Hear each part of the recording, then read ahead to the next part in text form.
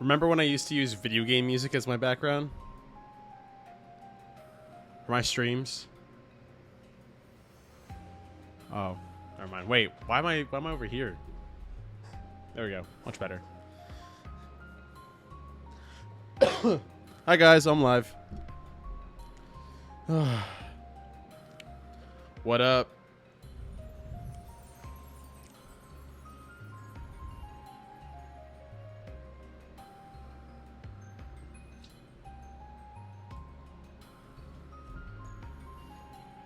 EJ Lennon is here. Oh yeah, exclamation point movie. Yo, Dylan, damn bro, your child poor roads are pompous. What do you mean? No, they're not. They're not that bad. Inflation got you, dude. No shot. No, they're not. Are they? No, they're not that bad. Y'all know that didn't happen? What's not happening? Hella expensive? Well, end stream is, I want it to be expensive because I don't want anyone to do it like anytime soon. Otherwise, I got nothing else to do all night. So why would I do that? Oh, dude, you should redeem first. That's pretty cheap. First is like 500. You should get like the channel point rewards where it makes a noise or a sound or animation. I thought about it, but then how many times would people spam that, huh? You know what? I'll write that down. Might be an idea. Channel point reward system alerts / animation. All right, that's to make it fun. That's literally the only reason why I use Twitch. Wait, was for like those to do those like annoy, or if people spam it to annoy you, it's content. You know what? You're right, dude. Fuck, you're absolutely right.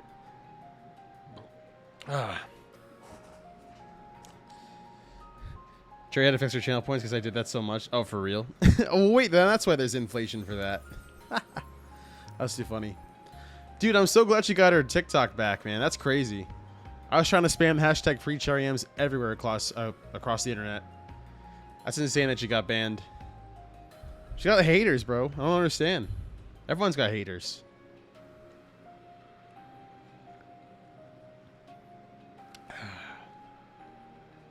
I'm still waiting for. Actually, you know what? Yeah, dude, do me a huge favor. You probably have enough channel points, right? Redeem first.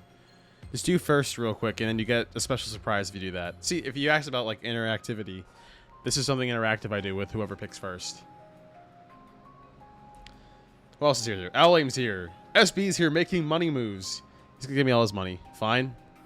It's not worth 500. All right, there you go. You redeemed first. Congratulations, you connect. You redeemed first. All right, you got to pick the color of the light. What color light would you like? You get to pick the color of this lamp right here and my lamp or my light over there. So you basically get to set the vibe for the stream. Jerry, the Queen of Brain Rot? She is, dude. I think that's like her unofficial title. Her unofficial title is that she's the Queen of Brain Rot, 100%.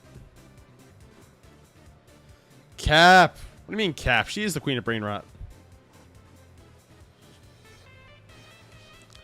Dark right? Can I do that? You know what? I don't think I can do that. I have these are the available colors I have. I don't know if you can see that too brightly. Scam. Shit, you're right. Maybe that is a scam. First is 50,000% of what it should be. Estimate what? I see it. Put it back. Oh, I can't see it. Oh, I got you. So we have sorry, the light's in the way too. We have like red. We have red, reddish, orange, yellow, green, blue, violet, teal, lime, magenta. Same thing with this light here, I think, actually. I guess dark blue. All right, we'll go dark blue. Let's see if this works. All right, this is dark blue. I'm going to change the other color behind me, too. Yo, Silly Bones.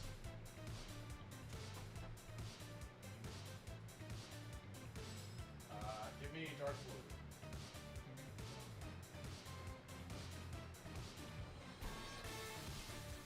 All right. We have dark blue. There we go. Not bad. Do you have periwinkle? Tell me what color periwinkle is. I'll have to look it up. Remind me. Can you hear them? Yeah, you can hear colors, right? I'll do wait for Elle to get back here. She has a vibe time you have to redeem. But you know what's funny? Actually, I should add that. It's funny you mentioned that actually, Dylan. Someone hasn't watched Blue's Clues. True. Oh fuck, you're right. All right, welcome to the stream chat. Tonight's gonna be a very short one because I have a busy day tomorrow.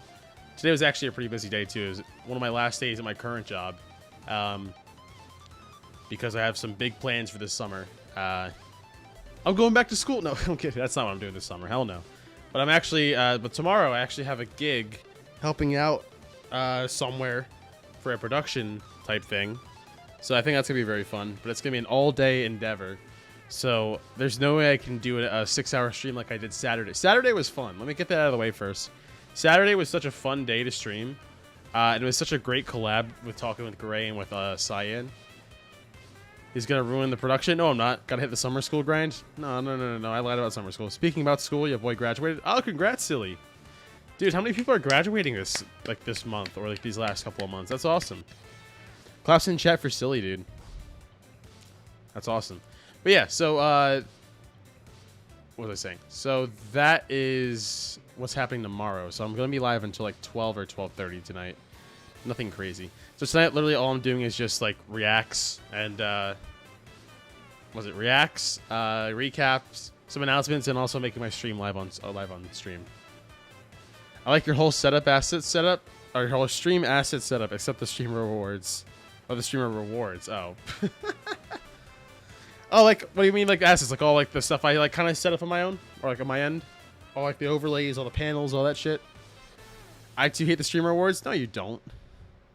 Oh, intro graphics? Oh, shit, you watched it all. Oh, shit, thank you. The style. Oh, I appreciate it, dude. I mean, this is what I've been rocking since, like, 2021. Funnily enough. I hate the streamer. That's insane. But the streamer part where it's some bullshit. All right, fine. I wrote up my little sticky notepad. I'll edit that. No interactivity. The light part was the interactivity. But hold on. That's a lie, actually. We have 1v1. That means that we can play... Well, it has to be a very specific game to do 1v1. We have ads. If you redeem that, you get played ads the entire time. We have end stream. We have VIP, which honestly, VIP kind of sucks. There's nothing really to do to separate it. And we have vibe time, which means we pick a song that whoever chose it, we listen to whatever song they want to listen to. We don't play Splatoon, little bro. Nah, 1v1 me is Splatoon, little bro. I don't have Splatoons. Yeah, we know you don't, SB. Cherry had putting on sunglasses and holding a disco ball and dancing with bananas. Fuck, dude. You're right. That is cool. Anime Prisoner had screaming SpongeBob characters. Oh my god. Well, okay. We're gonna get to what you're saying there in a second, because that's the big announcement for tonight. I was actually gonna wait to announce this later on, but I'm like, fuck it, I'll just do it tonight. Oh, no, I was getting compared to it's raps. I'm getting cooked. I'm getting cooked by by the organization that made me. Now, you know who made me? It was actually Blazing Omega made me, dude. Why not 1v1 him in Minecraft? I heard his PvP is meh. That is true, actually. I could 1v1 you in Minecraft. Oh, that's the content we need. I'll put on the glasses. Has creator who taught you nothing? Also, stop the cat. You're right. Blazing did not make me. That's very true. That's 100% true. All right. Too funny, though. But just to recap from last Saturday, we did Splatoon. Fun little collab with Gray and with Cyan. That was really fun. I had a lot of fun with that. And it's the longest stream I've done in a while. We went to 6 hours. I haven't done... Wait a second. Where's Gloomy? We can play all this fighting music. I just realized. Are you drinking spiked tea? No, I'm drinking some seltzer. You know what's funny, Chad? I got pizza today, and I said... The woman asked me, like, hey, do you want anything to drink? And I said, oh, yeah, let me grab something out of, like, the little cooler there. And I looked, and I was about to grab a soda, and I said, wait a second. Nuh-uh, I'm not doing that. So I picked up an iced tea instead. Because I'm going the entire month of June without drinking any soda. That's my absolute plan. I gotta lose some weight. I gotta be healthy. Yo, what's going on, GG? One wrong Mario Kart game and he's going 12 bottles in? Nuh-uh. Nah, Mario Kart would never drive me to drink. It's funny, they say don't drink and drive, but they never say driving makes you drink. So it could be both ways. Bro said nuh-uh to soda. Nuh-uh. I like soda, but I think honestly it's time for me to start being healthier and start losing some weight. Also, I found out because my mom sent me a thing too, but it's very true if you look it up. My diet has been reflecting how easily sick I get, and so because I've been eating like crap, my health and my immune system is just like garbage. So I'm trying to find ways to help improve my immune system. You don't look fat, right? I don't think I am, honestly. Well, I'll tell you what though. It's not so much where like I'm eating all the time, but it's just the types of food I'm eating. Oh, see, like yeah, they look the same. Except the hair is longer too, right? Though I think that's the other thing too. The hair looks somewhat similar. Which I gotta work on that too a little bit. Is the hair, but I mean, I look the same as I did years ago. But I mean, I've never been overweight, but I definitely am on like the heavier side, so to speak. I think I talked to you about it, but like that's kind of been like how I've had my life be somewhat. My brother is like the total opposite of me. He's skinny, he's fit, he's got muscle, he goes to the gym, but he lives a very active lifestyle. Like he's always on his feet doing something, going somewhere. I mean, you know me, I'm a Twitch streamer. I'm literally inside half the time, right? Maybe I should start doing more IRL so I can lose some weight. Can we see your medical records? Huh? What? No. If you're gonna drink carbonation, it might as well be the good stuff. Well, no, because seltzer is also the good stuff too, in my opinion. I think seltzer's really good. Look at me redeeming my lame ass rewards. Very sad. Okay. No, I'll agree with you on that, dude. These rewards are kind of shitty, but these aren't the ones I'm keeping forever. I'll get to the big announcement in a second here too, but I'm trying to gauge the audience first. Is seltzer like soda water? It kind of is, yeah. It's like carbonated water or sparkling water. That's a good way to put it. Like the one I have here, Bella V. This is an Aldi brand. It's sparkling water, but it's lemon flavored. So it has the same carbonation as soda, but it has no sugars. It has no juice in it, no nothing like that. It's literally the ingredients are filtered carbonated water and natural flavors. That's all it is in it. Aldi is the go. Honestly, when I was younger, I used to hate Aldi because I was just like, Aldi's shitty. But then I was like, no, Aldi's got some good shit, dude. It went from shitty to good shit. They have some good prices there too. Don't get me wrong. That's very true. But sound redeems, dude.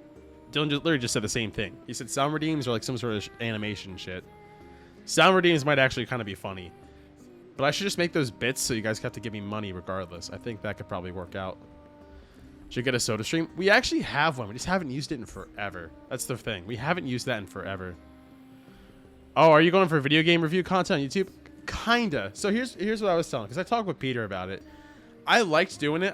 It's not so much video game review content, but just kind of like small video essay type stuff. It's fun, but at the same time, I don't know if I really want to do that the entirety. It's fun to do, but I think I'd rather like, I don't know if I want to just keep doing stream highlights and other stuff too. But like I get so much engagement on those types of videos, especially if it's like a hot topic. Like the brain rot video. I don't know if you go to my page, I'll go to it real quick too. That's my most viewed video ever now is the brain rot video. That is still getting new comments like today. And that's actually cool. Because for the longest time, my channels have always been, or like my videos have always been like a one and done. Like a one and done watch session, and then like people move on to the next one. I kind of do that too. But for the longest time, I wanted my videos to be like, oh, I want to watch it. I want people to watch it like more and more, like outside of when I upload it, or maybe in like a couple of months down the line. So right now, the brain rot video, that is holy shit, yeah, that's still on track for something good. Here, let me show you guys actually. That right now has 7,300 views. Really good. That's the highest amount of views I've ever had on a YouTube video besides just short. So I had fun with that. As an American, why the fuck are you putting you in flavor? That's true. He's spelling flavor, colors. Such a weirdo way of spelling, bro. That's an SB thing right there. But no, I think the other thing too is that I just gotta pick the right topics. Like the most recent one I didn't even pass 100 views yet, solely because there's a couple of reasons for that. Or actually 3. One, it's a re-upload. Because the first original video got taken down because I had some copyrighted footage in it. 2, I didn't really feel like the topic necessarily like had too much convincing stuff in it. And 3, I just gotta package it better. Are conventions in your horizon? If you go to events, you could do like a recap of conventions or also network at creator events. That's what I want to do too. So I want to, or convention reviews would be great too. I should have done it for PAX. I have vlogs that I'm working on. I still have the fucking TwitchCon vlog that it's like sitting in my Premiere Pro. So like I still want to do that too, and maybe do like a little thing for that. But I do want to go to conventions. The thing is, for this summer for me, I have like 2 big weddings that I'm going to, and then working. That's pretty much all I have for me right now going on. But I want to try to weasel in some conventions in there somehow. I'll see. we'll see about it. I want to. I think that'll be fun. All the Creator You Kids vlog created. Oh, they do. They 100% do. But what can I do different from that, right? I think maybe 3 actually posted it. Probably. Anime. Fuck, I can't speak. Anime NYCC. What the fuck? How many C's are in there? CCCCC. Pull up. When is it? When is that convention? I know Matt's going to LA for anime that anime something out there. I forget what it is. Anime Expo. Is that it? August 23rd. Maybe because I don't have to go back to school. Chat. Like I usually like late August is when I go back to school and like, and like you know have to start locking in all that shit. I don't have to go back to school this fall, so I literally could if I had the money for it. They attacked how I spell it. Where are you located now? I'm in Philly. I'm still in Philly. Still on the East Coast. East Coast is the best coast. And 25th, but nobody likes a Sunday. Yeah, Pika goes to that con. You know what? Maybe I will pull up to that actually. Yeah, here's the thing, chat. Here's my planning for this summer. Besides all like the content and working and shit, I want to make sure like I'm healthy and fit. So if I go to another convention, I don't catch COVID. I don't catch some sort of sickness from someone out there. Because you damn know well, you sure well, that any convention, some motherfucker is going to be sick. And then they're going to get everyone else around them sick. And then me with my bad immune system as is, I'm going to get sick and come home and be like, I'm going to die or some shit. Isn't Philly dangerous though?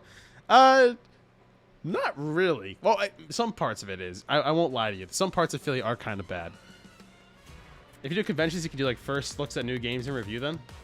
Need to take some vitamins? I do need to. Get them vaccinations? I do got vaccinated. Yo, Fahad's here too. Blazing's getting so excited. Oh, shit, I'm about to jump EJ. Dude, if I go to Anime NYC, Blazing's gonna jump me. Why would I go then? Fahad killed my mood. Bye, guys. You'd be the second N10 member I meet if you do. You can still wear a mask like Alpha Dead. That is true. You know what? I haven't worn a mask in forever. Actually, no, that's a lie. Last time I did was when I was at work a few months ago, and I was actually like sick. So I wore a mask to make sure I didn't get anyone else sick. Because I was being considerate. I was being considerate against everyone else. All right, maybe I'll write that down on my sticky notes, dude. Maybe I'll do Anime NYC. Maybe.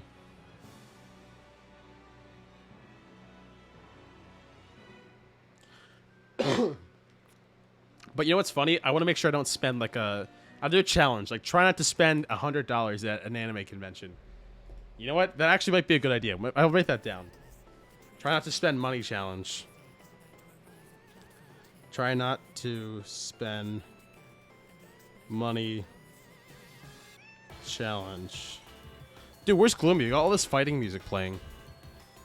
Oh, I'm changing it up again. Or how much can I get with $100? Oh, actually, that might be good too. How much can I get with $100? Shit, we're doing some content workshops right now. I love this. I give me this one. Spends $100 the first day on the first day. Shut the fuck up. That is not true. I would not have done that. One used sock. Oh god. What? Hell no. Why would you even allude to that? How much can I get? How much with $100? There we go. You know, Amaranth lives in my hometown now. Really? That's actually crazy. Yeah, I know Matt went in 2022. I remember that. 3 figures and one of them is sticky. Oh god. Yo, Gloomy's here, dude. We were just playing all this fighting music. We missed you. She's home. Hello, mother. What's up? Nice. Are the cat's home too? Nice. That's cool. We're just talking about stuff. Yeah. I'm doing a short stream because I gotta wake up early for the photo shoot tomorrow. Then Dad's gotta wake up for his. Yeah, for Dad, right? Of course. Love you too. Shut up, Mom Sky Chat. Yes. Okay, I'll tell you guys what's going on. So, I'll give you guys a little bit of a spiel. Next week, I'll talk about my old job, just because I haven't stopped there just yet. I'll reveal it all. But today was kind of like my second to last day at working there. And it was just like a bummy retail job. It was like a first step for me. But I'm working at a photo shoot tomorrow as a production assistant I'll talk more about that later actually after it happens. But it's something that I didn't really expect to do, but I somehow got the gig thanks to a few people.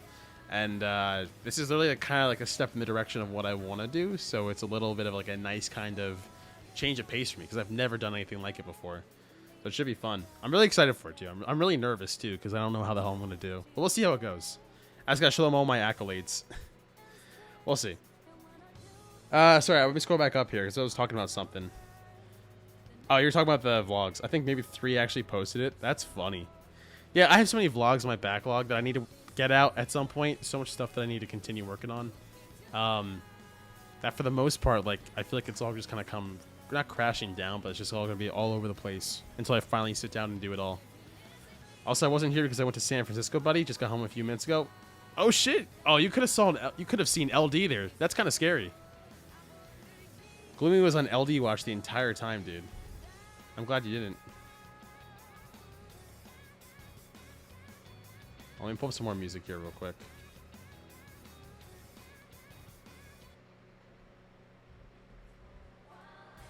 No, I don't want the fucking remix. Sorry, that sounds mean, but I don't want that. There we go. We'll pull up Fahad's favorite track. I should do it.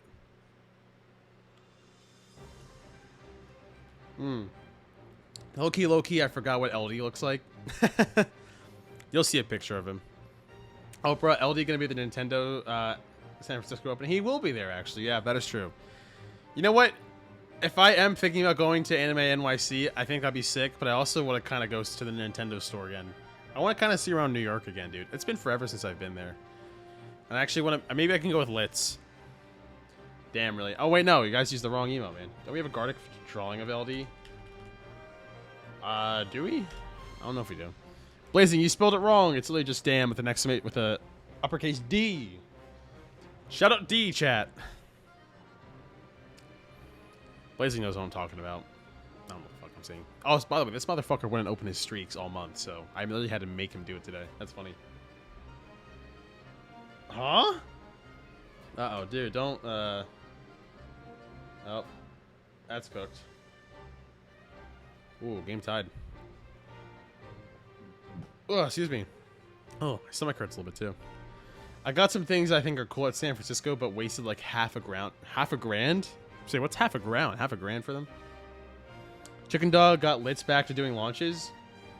That is cool though. Launches, I'll tell you what, I haven't been to a launch in years. No, that's a lie actually. I went to the Tears of the Kingdom, well, not a launch like at the Nintendo store, but I went to one at a GameStop near me. So that was kind of fun. But the last like proper launch I did at Nintendo New York was for Smash Bros. So I definitely have to go back. But hey, your wallet is cooked. Yikes. Yeah, that would be a funny challenge, trying to spend $100 or see what I can get for $100. We'll see. I miss GameStop. GameStop's cool. I have to go back there. You know what's funny? I always kept trying to apply to GameStop, and they would never hire me, even though I know a lot about games and shit. But then all of a sudden, like, you know, now that I'm trying to see how do I say this without trying to be mean? I'm not trying to be mean. So I can't get a job at GameStop, but Litz can. Actually, that sounds super mean. That sounds so bad saying that. I'm sorry. I love Litz. I just find it so funny. I'm like, Litz has a job at GameStop, and I don't. Actually, let me ask you guys a question, Jeff. For those of you who know Litz, imagine you come into GameStop, right? You got your games with you. You're like, you know what? I want to trade in some of these games or something. And you see one of us at the counter. Who would you talk to if like? And this goes beyond if you know anything crazy about us or just anything at all. Yeah, that's true. Like, he does work for FedEx. But I'm like, who would you go to trade in your games? Would you go to me, who would maybe try to get you some sort of deal, or would you go to Litz, who probably might try to get you a deal too, actually? I feel like seeing Litz at GameStop would be completely natural, though. You know what? That is true. I think Litz does embody a true GameStop employee, because he knows a lot about gaming and stuff anyway. He might know more than me, so I think that answered my own question. That's too funny. Shout out Litz. Ugh. Alright, well, so far I've gotten ridiculed for my channel point reward system and for being lame. So I think that's kind of like a normal stream for me. Since none of y'all know me IRL, I'll probably just mock both of you, or if I ever see you at the GameStop. I'd go to Key with 13 copies of Kingdom Hearts 358 or 2. To give to him or just trade in? Because he'd probably cry for like trading in if you're doing that. Let's be Smash Bros. And you would be about Splatoon. The My Hero sticker or My Hero Academia sticker in the GameStop bathroom is on Litz's TikTok. That is true. Shout out the GameStop bathroom, apparently. The GameStop bathroom.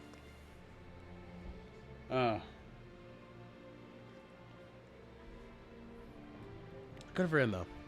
But yeah, what was I talking about? Oh yeah, so I have something big to talk about today. Would you do a Philly food review content or not your thing?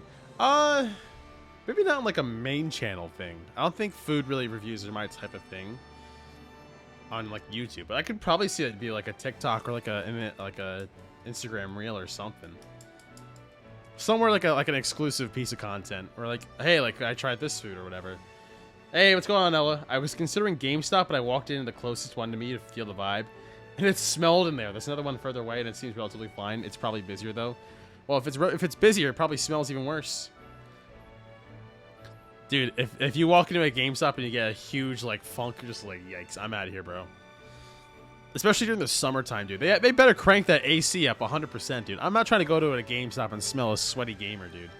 Imagine like for like summer launch parties too. Oh my god. Ugh. There's a reason why they do launches of video games and consoles during the winter, because everyone's able to not feel as sweaty as much. And that becomes a food vlogger.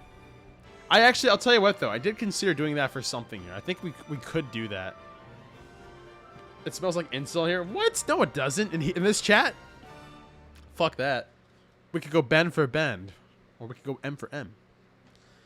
To be honest, all GameStop employees are either dicks or people who don't care about their job. That is very true, actually. That's very true. It's more open. This one is closed in. Oh, no, in the GameStop. Okay, thank you. I was like, what are you talking about, dude? These are my viewers. What the hell are you talking about? The GameStop actually could make more sense. You know what? Now that you said that, Dylan, I'm actually going to write that down and maybe consider it. Philly food review thingy. It could even just be like a one-off. Like a one-off, or sorry, what's it called? Spin. No, what's the word of it? A one-shot. They got rid of GameStop here last year? Wait, really? Oh, that sucks. The goats who clutched up and convinced parents to get teens the rated M game that they wanted are gone. Those days are over. Yeah, no, yeah, dude. Nowadays, all these dudes care about is just whether or not you got your pre-order or some shit, or your trade-ins, trade-in value, or your pre-orders. Would you like to pre-order your game? No. Someone asked me, would you like to pre-order? What was it? Like years ago, I remember someone was like, would you like to pre-order Fallout 76? I was like, no, hell no. What are you talking about? But that's just kind of how game chasing go, dude. And I said it to you before because she's a little embarrassing fact about me, chat. My mom cares a lot. That's not really embarrassing, but I want to preface that by saying it like this. You see the current room I'm in right now? You see how much like gaming and kind of nerdy stuff's around me? My mom called that lame. Believe it or not. She said, night sky. I said, yeah, Mom. She said, why do you have all this stuff in your room? And I said, well, because it's pretty cool. And I spent a lot of money on it. And she's like, it looks lame. And I said, probably right. But I said, you know what else isn't lame? And she said, what's that? And she said, you're my community. She says, no, they're probably lame too. I'm kidding. She didn't say that. She didn't say it was lame. But she did say that it doesn't look like a mature room. And I'm like, you know what? You're probably right. Because this is technically still like the bedroom that I grew up when I was like a preteen, so to speak. But like throughout the last couple of years, I've just been filling up with like gaming memorabilia. So at whatever point I do move out, I get my own place one day. I can just move in and have like a nicer looking room. She's so real for that. I had to say no thank you like 6 times to a dude trying to get me to sign up for that GameStop Pro thing. I think we did like years ago when I got the Game Informer magazine, but like now we don't anymore because none of us go to GameStop. They still do that thing where you're trading games off a list for a new release. Maybe. I haven't done that in a while because I haven't bought a new game in forever. Like not even like a Switch game. I haven't bought a new Switch game since probably Tears of the Kingdom. She doesn't know me well enough. Jokes on your nights, Mom. You mean jokes my mom night? I'm hot and lame. What? I didn't know you were out lame. I mean the lame part. The lame part. I mean. Imagine bringing a girl who isn't into games into that room. Yeah, no, I can't do that. Huh? Yeah, sorry, I couldn't save myself on that one. Gotta put up them real-time stock trackers. Stock trackers? What do you think I am, a fucking finance guy? She'd walk out. You know what? No, I disagree. She wouldn't walk out because there's actually some stuff in here besides video games. There's superhero stuff. There's Legos. There's sports memorabilia. There's anime figures. Girls are in it, right? Girls like anime, right? Girls like manga. Girls like action figures.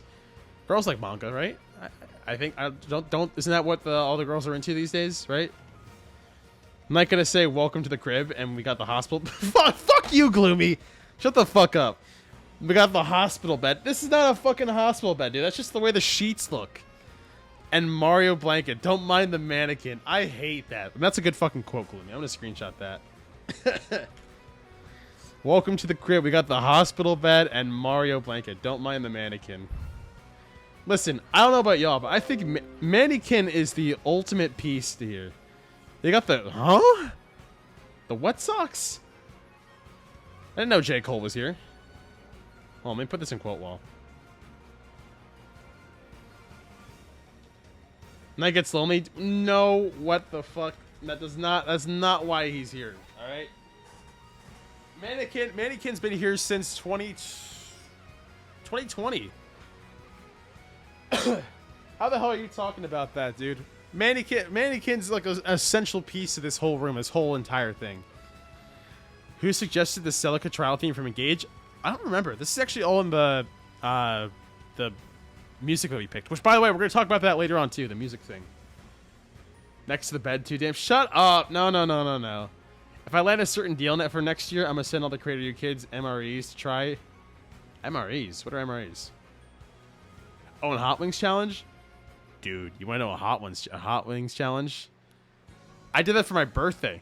Oh, wait. I think you know about that. I did a Hot Wings Challenge to my mom for my birthday this last month. That was fun. And I want to get that into a little video, but I feel like it's too late. But I feel like I'll get something else out of that for me. Y'all think you're going to get freaky on... No. What the fuck? 98 JJK girl. I got the Gojo cosplay. All right. Blazing tweaking, dude. Oh, nice. Now do it. Post it. I'll probably do it. Yeah. Just for the memes. It'll be a late ass video, but I think I'll get... I know someone who will want to edit it for me, too. Because it's kind of a long thing. You're lucky you're cute, or else girls will walk out of...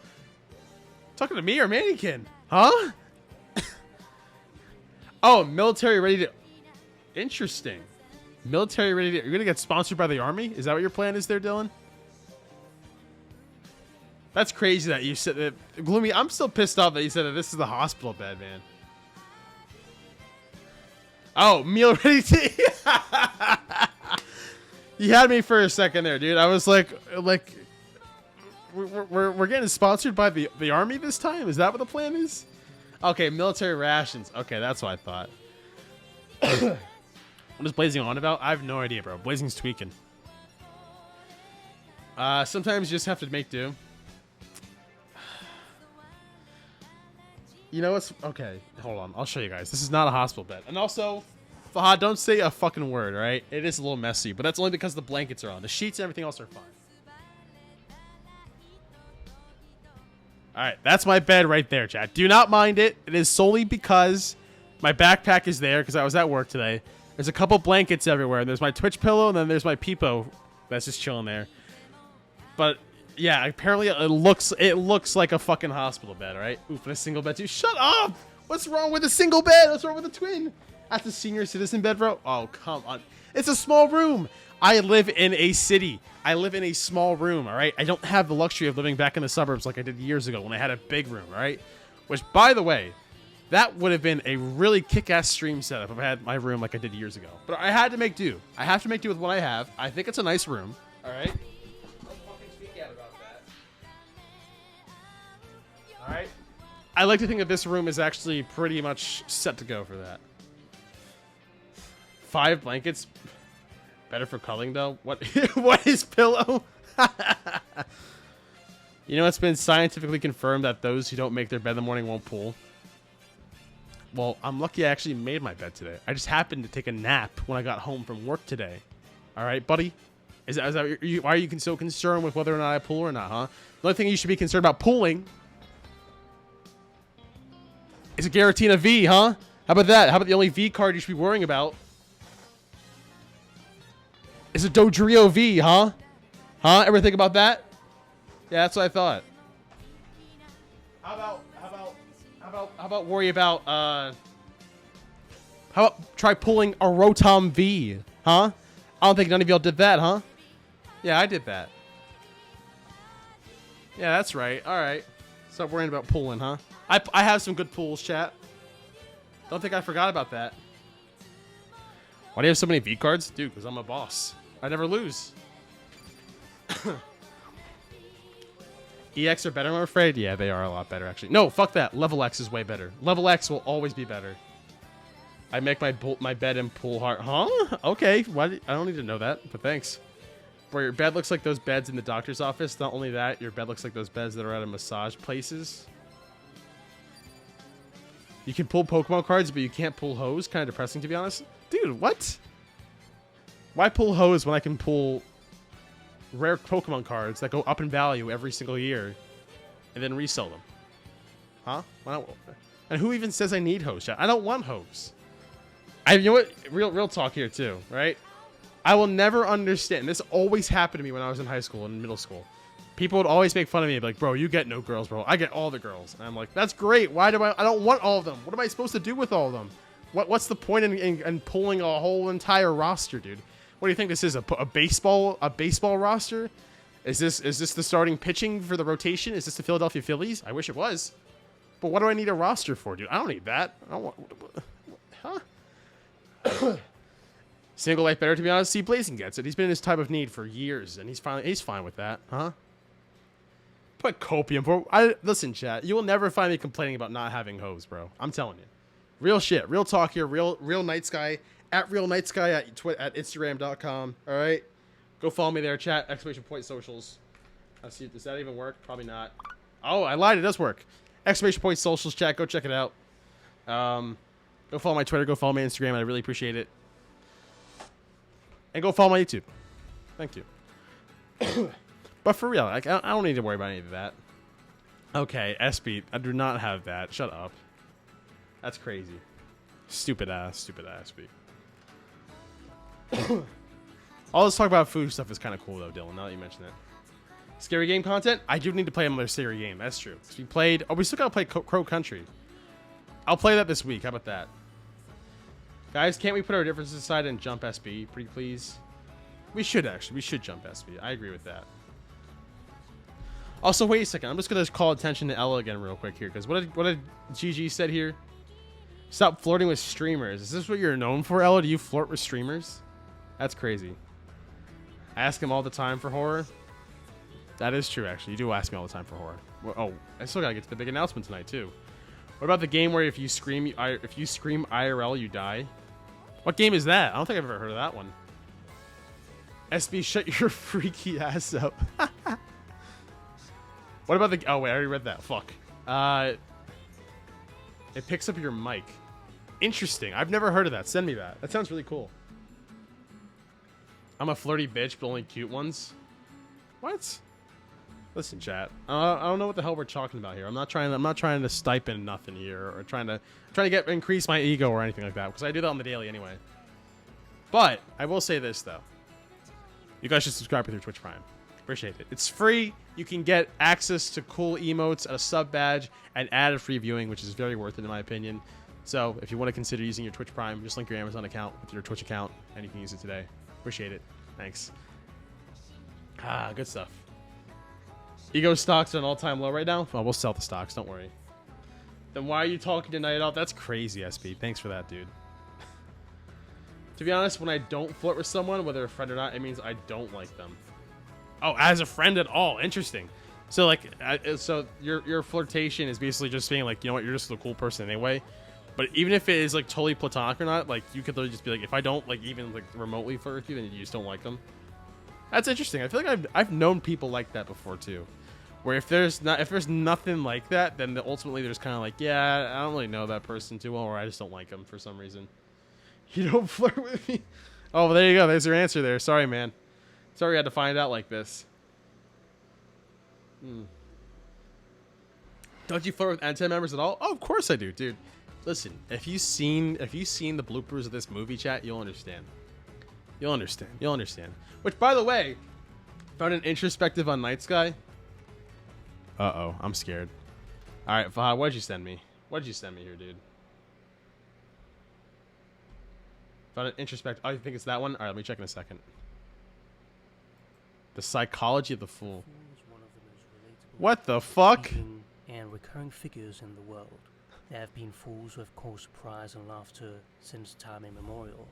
We worship folly by seeing it in people and in the world, and by willingly displaying. The Psychology of the Fool. What the hell? The Fool is one of the most relatable, intriguing, and reoccurring figures in the world. There have been fools who have caused surprise and laughter since the immemorial. We worship folly by seeing it in people and the world and by willingly displaying it in ourselves. It is one of the timeless archetypes which we are all still... Fuck, I can't read. Which we all inherit at birth. Many of us suffer from the absence of the fool in our lives. Frantic and uptight, we take ourselves too seriously. As William Shakespeare once said, all is the world's stage, and all the men and women merely players. Forgetting that playfulness is a basic human need, we wonder why we so easily become bored and exhausted, losing all capacity for spontaneity, authenticity, and passion. This anecdote... Oh my god, I can't even read. The antidote to this would be to give the fool archetype some space in our lives. The soul demands your folly, not your wisdom. Carl Jung. That's actually crazy. Maybe I am a fool, chat. There's one of Nightmares that's interesting. Dude, those are British teeth, probably, to be honest with you. Sorry, that sounds offensive. In all honesty, though, I can't... Oh, I say you can't. I can flirt in public, but I don't text you outside of flirting. I don't like you, you know? Oh, wait. In all honesty, though, I can flirt in public, but I don't text you outside of flirting. I don't like you, you know? Okay. Is that how it... How did I read it? I thought you should have like, I don't like you, Night Sky. Playing a game called Silent Breath. Oh. It's a horror game where, yet again, your microphone is being used against you. Whoa. Too much noise, you lose. Now, I know that sounds exactly like the Really? game Don't Scream that we've played, and I gotta be honest, it does look very similar. Eerily similar. However, there are aspects to this game This that is make it crazy. feel more like an Is this actual Kane game Pixels, bro? rather than a jump scare simulator, which I like the sound of. These mechanics kind of change the concept. I see the volume over there. Where not only do you have multiple attempts to keep quiet, so you don't accidentally cough and lose. But Oh the god. entities Oh wait. Okay, yeah, it's themselves coughing. just straight What up the scream, hell? Regardless if you scream or not. And the entities seem to have their own unique mechanics. Some of them just want to play a game with you. Some of them just want to be as close as possible to you to see your pretty face, and others seem to require you to run away as fast as possible. And on top of all that, you're not just trying to survive for a certain amount of time. You actually have an objective that forces you to explore around, and you can win pretty quickly if you're careful. What the hell? Quiet, and Oh, you this keep is sick. focused, you'll do just fine. Now, there are a lot of games like this that have come out since Don't Scream launched, but I don't know. The mechanics of this one seems like it might be a fun time. Anyway, fair warning, flashing lights and jump scares. They're coming. Be prepared. Let's do it. Now, we're about to go in. Fuck, Chad. Did we play this? Not tonight, probably, but... Dude, we should do that. We should... Honestly, is it free? Let me look it up. Silent Breath. Silent Breath. It is free? Oh no, it's $10. What the fuck? Oh, I know. We play this tonight. Tonight? No, chat. I need to get some rest tonight, dude. I have an early thing to do tomorrow. There's no way I do that tonight. $49.99? What? $50 for what? This isn't a Switch game. You have a job, it's fine. Well, it's not a great paying job, but I'll be honest about that.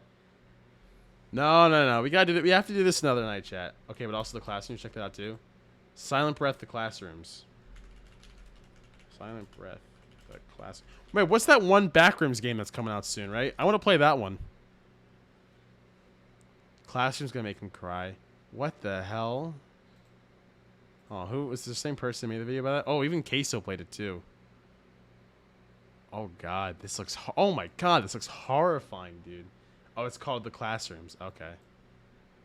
The Classrooms. Trailer. Do we have a trailer for it? Oh, here we go. Oh, there's pool rooms too? Oh, no. Fuck that. Okay. Some of us just looked at, throw it up on screen. Okay, here's the trailer for it. Let's see the trailer. Oh, fuck.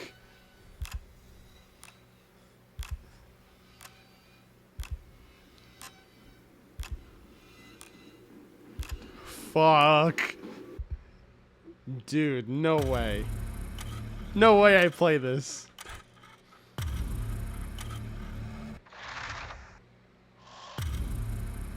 This has to be during the day. This has to be during the day. I cannot do this at night. Oh my god.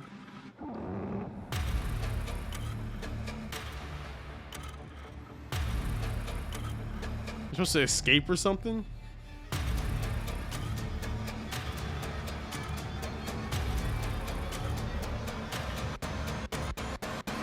Oh god.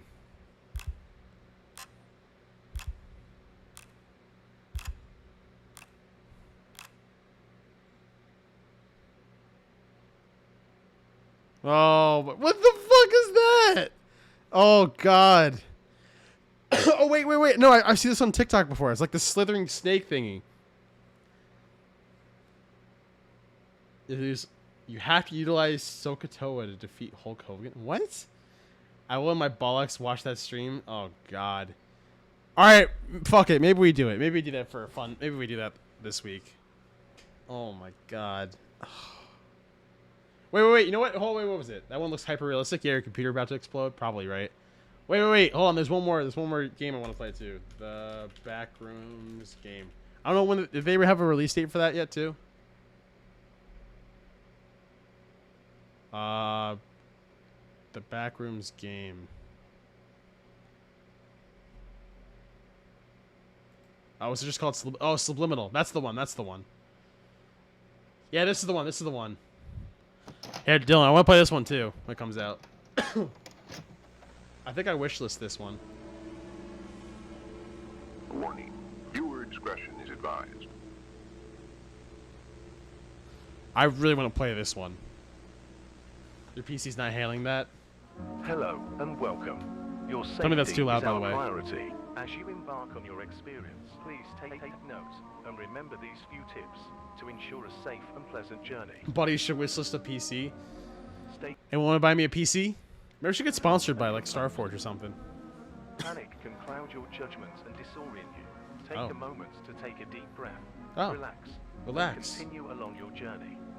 Oh, sure. I'll close my door. Use your light source to help you navigate through the experience. Doing this ensures that there are no unwanted surprises and keeps you fully aware of your surroundings. Oh, fully aware. Avoid making eye contact with any unfamiliar faces. This is mandatory, and failure to do so will result in an overwhelming and Oh. And this is in-game footage apparently. This is crazy. Yeah, I'm gonna need a powerful PC to play this game. That's for sure.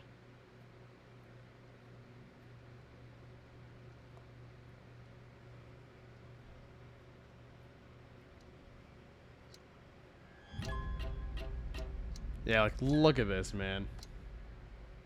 Look at this.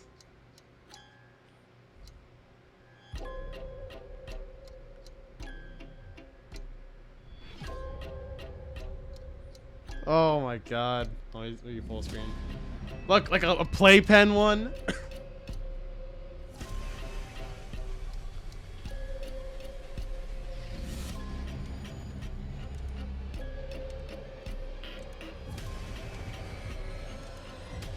You're in water.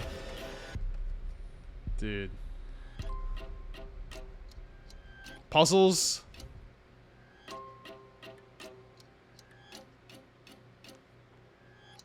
Ooh, wants an Intel Celeron. Subliminal. So I'm wishlisting that thing, dude. I'm gonna play this one. Those other two look fun as hell. I'm gonna write that down. So it was what? It was silent. It was Silent Breath. Silent Breath / the Classrooms. All right, maybe we'll play those. I need a Xanax playing that. Every horror game that comes out, I look for a Glock mod. That actually would be fun as hell, dude. You start like shooting them all like boom, boom, boom, boom. Fuck, that actually would go pretty hard. All right, fuck it, we'll play the Chop Shop. It's for you, Fod.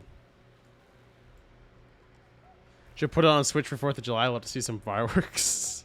So just on Switch for that, just go feet. My Switch just explodes. All right, we're going to the Chop Shop, chat.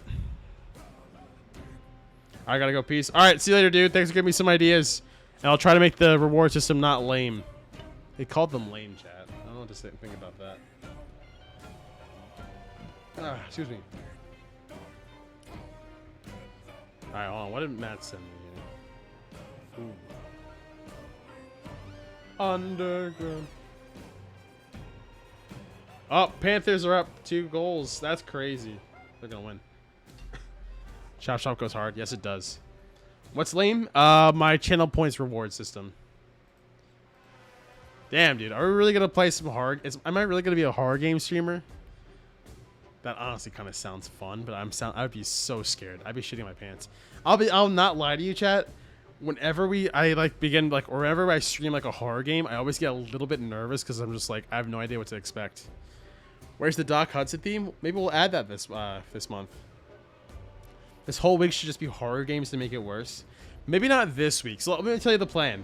So this week, it's gonna be a bit interesting because I'm in the transition period now. If I'm gonna be down the shore for the summer, which that might just happen next week anyway. And that also just might kind of force my hand a little bit more. But this week is gonna be a bit of not a light week, but we got some stuff to do.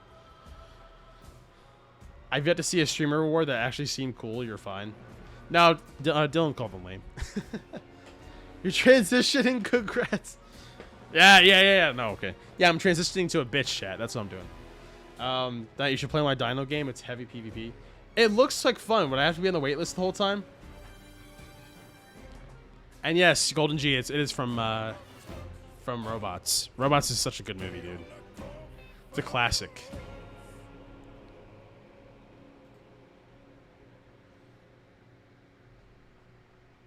There we go. Okay, I just want to wait for that. Short transition. Thanks. All right, where is the Chop Shop? Okay. Snake Eater. Do do do do do. Oh, chat, we're at 950 followers. 951 actually. We're close. We are less than 50 away. We are less than 50 away from 1K on Twitter. God damn it. On Twitch. Maybe for the 1K special, we do a really scary game. Oh, you wouldn't like the realism server I'm a part of, but the base game has single multiplayer maps. The base game and the community server. Oh, okay. 951. Let me change that. Uh-oh. Bro's gonna unfollow. Woo! The villain tracks in old animated movies always slap. Yes, they do. It's a beautiful song.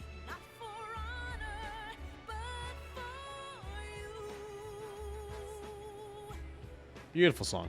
All right, I have a big announcement to make, chat. I need your help.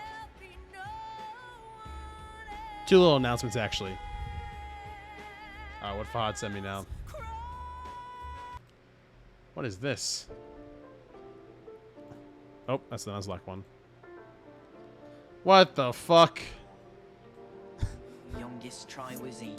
Cedric, are you busy? Cho Chang wanna blow bang on the glizzy. Pesky pixie waved a fire whiskey. Cho's too busy, so a Snapchat tinny. 6, 8, 7 stacking bands up in Gringotts. Lumos open the vault when the boy knock. Ron already said stop acting silly. It's Hagrid and Harry. Broly in my palm, but it's calm now. I open carry. Nocturne alley, no valley. French ting in the sidecar. A while when I put the long snout in a patty. I'm in the mountain scouting, make a limp wet like a fountain. Sitting half made wine, think it's tiny and so corn. Got the whole of hogs meat bouncing. Defendo, Reducto, Skirt in the benzo. Accio, I always said it's the gray. Quick look, Aragon, Gal on a oat meat. back to the hut on her knees like a cow bee. Oh my god. Did you know that? Dilly we blitzed off the blowback. See me and Grog on a double tap. should not have said that. Mischief managed Oh to my drift into a God. savage link with the gang and fang through one eye which passage. Now that Rita Skeeter, here comes your feature. Make your boot to your head, max damage. They look Rita under the Skeeter. health, now we're Stupid inside, ass mad Rita. eyes, Polyjuice got me disguised. Me and Harry won't shut down the function. Sorry, Professor, I must not tell lies. Jesus. All right, I'm sending that to Gray. He's gonna have to watch that too. He's gonna have to suffer through that too. Oh my God. All right. Anyway. All right. Well, no, yeah, they're big. They're big announcements. I'm not lying. Time viewer of the channel. If you've been a long time Night Sky hater, which I'm sure most of you are at this point, well, I think that'll give me my. Jesus, I started there. You know, we're actually losing frames. No, we're losing frames. Uh-oh. Uh-oh. Hold on, let me save the frames. We okay? I'll save the frames just a little bit here.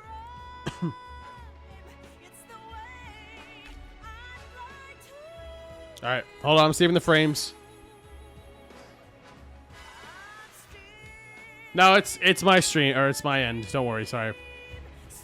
Alright, can you guys hear me now?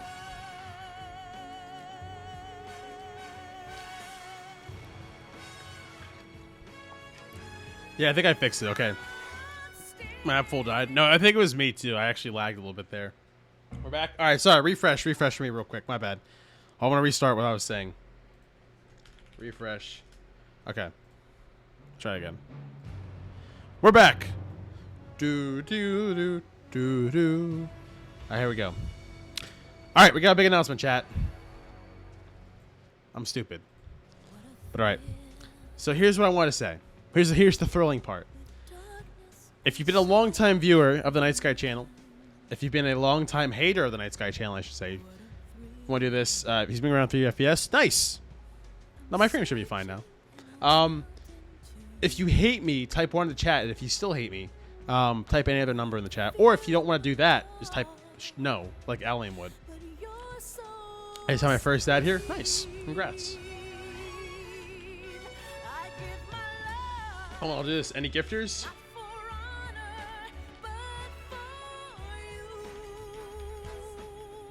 Is EJ here? You any gifters?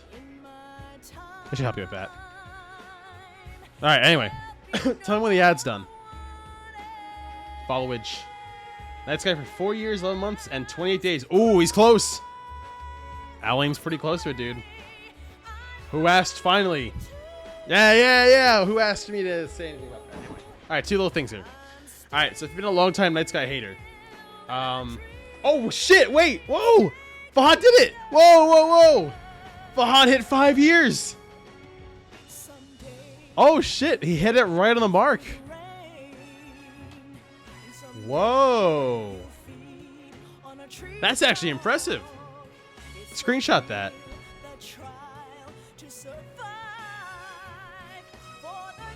Oh, wait, why am I eating shit again? Uh-oh. The stream is eating shit. Oh, we got it. Are we okay? Come on, stream. Be nice to me, man. 5 years, man. That's crazy, actually. Fahad, thank you for following me for 5 years, dude. That is insane. And Alain's almost there, too, dude. A whole 5 years. Ella, do your followage. How long have you been following me for? Same with you, G. That's cool as hell, though. Oh, shit. Gray went live. W. Alright, Gray's live. I gotta send him a video later. Alright, well, before any of you guys go over to watch Gray's stream, I want to make a quick little announcement here. Here we go. For 26 days. Oh, that's not bad. Not bad. Imagine 5 years of head bottomery. Probably that. Alright, but here's my quick little announcement for you guys. So if you've been a long time Night Sky hater / Night Sky viewer, shout out Snake Eater. And just for blazing, I'm gonna play it one more time. I'll play some Nier. All right. So if you've been a long time Night Sky hater, you'll know that I value what you guys say, what you guys talk about in terms of my content, and I want to improve it almost every single day, if you will. But sometimes I don't get the entire picture from everyone. Reminder, that's just for Twitch.com that we followed him before he moved over. That is true, actually, yeah. That's just for Twitch, though. But Fahad was there for an earlier stream before 2020. So Fahad followed me, like, when I started doing, like, the Twitch stuff years ago, before, like, I did full-time there on Twitch, so to speak. But anyway, I'm getting sidetracked. So, I value your opinion, I value your input, I value your feedback. And so what I usually do is every year I do a feedback form at the end of the year. And I usually have it there to be like, oh, hey, just tell me what you guys thought about the year and all this stuff, and I can work on stuff for next year. And that's great and all. But that's only the end of the year. And to be honest, a lot of that kind of has a recency bias to what I've been doing like the last 2 months beforehand. Because sometimes people forget what I did like in May or in April or even August or even January. So I decided, you know what, let's try something different this year. I'm still going to do that feedback form at the end of the year. But the big but this year is we're going to do one even sooner. So I'm pretty pleased to announce I'm actually doing a mid-year feedback form. This is a way shorter one than what I usually do. It has less questions, and it's only geared towards YouTube and Twitch stuff. But I think you're going to like it anyway. So this is a mid-year feedback form. It has Gray's face on it for some reason, just because I thought it'd be a funny picture. And I think it's funny. So all in all, I think there's like, how many questions? 1, 2, 3, 4, 5, 6, 7, 8, 9, 10. Yeah, there's only 10 questions. So this is only a 10-question feedback form. I'm going to announce it or post it everywhere tonight/tomorrow. But it's a really, really quick thing to fill out. So I think I'm ready for actually to start sharing it out right now too. So let me just do something real quick before I do, just to make sure.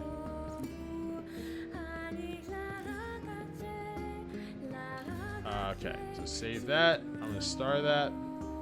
And then send. I'm not going to collect your email addresses, so don't worry. You're not going to get doxxed. At least not now. No, actually, I'm sorry. I take that back. I'm sorry. That's not a threat. That's not a threat. You're not going to get doxxed. My bad. Eef. Okay. Let me grab the link here. Showing the URL. Copy that. I take it back. I take it back. All right. So this copied. I want to send it to you guys now. So here, check it out. Go ahead and fill out the feedback form, mid-year feedback form if you want. Please do. I really would appreciate it. All you have to do is answer some quick questions and like type a couple of answers for some stuff here, but nothing crazy to what I've done before. What song is this? Oh, I got some auto playing now. Look at that blazing. Good timing. Oh, now he has to do it now. Now he has to do it. Where's Gloomy, dude? Where'd he go? Oh, it's Peak. Peak! So yeah, go fill it out for me, please. I'll actually pin it here too. Mid-year feedback form. And it doesn't have all the normal questions like you would usually expect it. But it actually has some general ones I want you guys to answer for me. I'll pin that. Alright. Boom. Wiggle, waggle, wiggle, woggle. Huh? Got me saying an incantation? What's going on? I'm going to send the Gray later on too. The Harry Potter video. Alright, so that's the first announcement. The other one is, and it's not as crazy or two, but it's actually more as important. Next week, or this week, honestly, depending on how the rest of the night goes. Not the rest of the night, the rest of the week goes. We're gonna be picking the next music for the second half of 2024. So we haven't updated it, and I haven't even used this playlist in forever because we gotta get some more music in. So we're gonna be adding in some more music in for the second half of 2024. Song suggestions, not the vibe session like we normally do, where you can put whatever song you want, but actually stuff that you want to hear on stream. So we're gonna do that later on, either this week or next week. Those are the two big announcements. That's all. And then, did I have one more? No, I think that's pretty much it. He needs to come back for another concert. True. Oh, let me close out of some stuff here real quick. I don't think I even tweeted out that I was live, but it doesn't really matter. You know what? I'm gonna watch Gray watch this thing real quick too. Whenever he joins the stream. Hold on. Dude, Discord. I'm gonna call Gray real quick because I want to see, or no, not even that.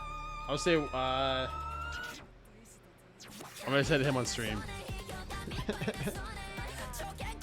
Small ass venue, fucking cool. Huh? Pretty cool. The venue didn't have a max capacity. This max capacity venue? What is that? How does that work?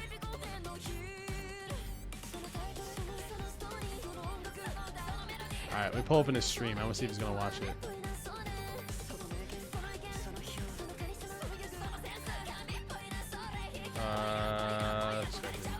That's me! Skytoon!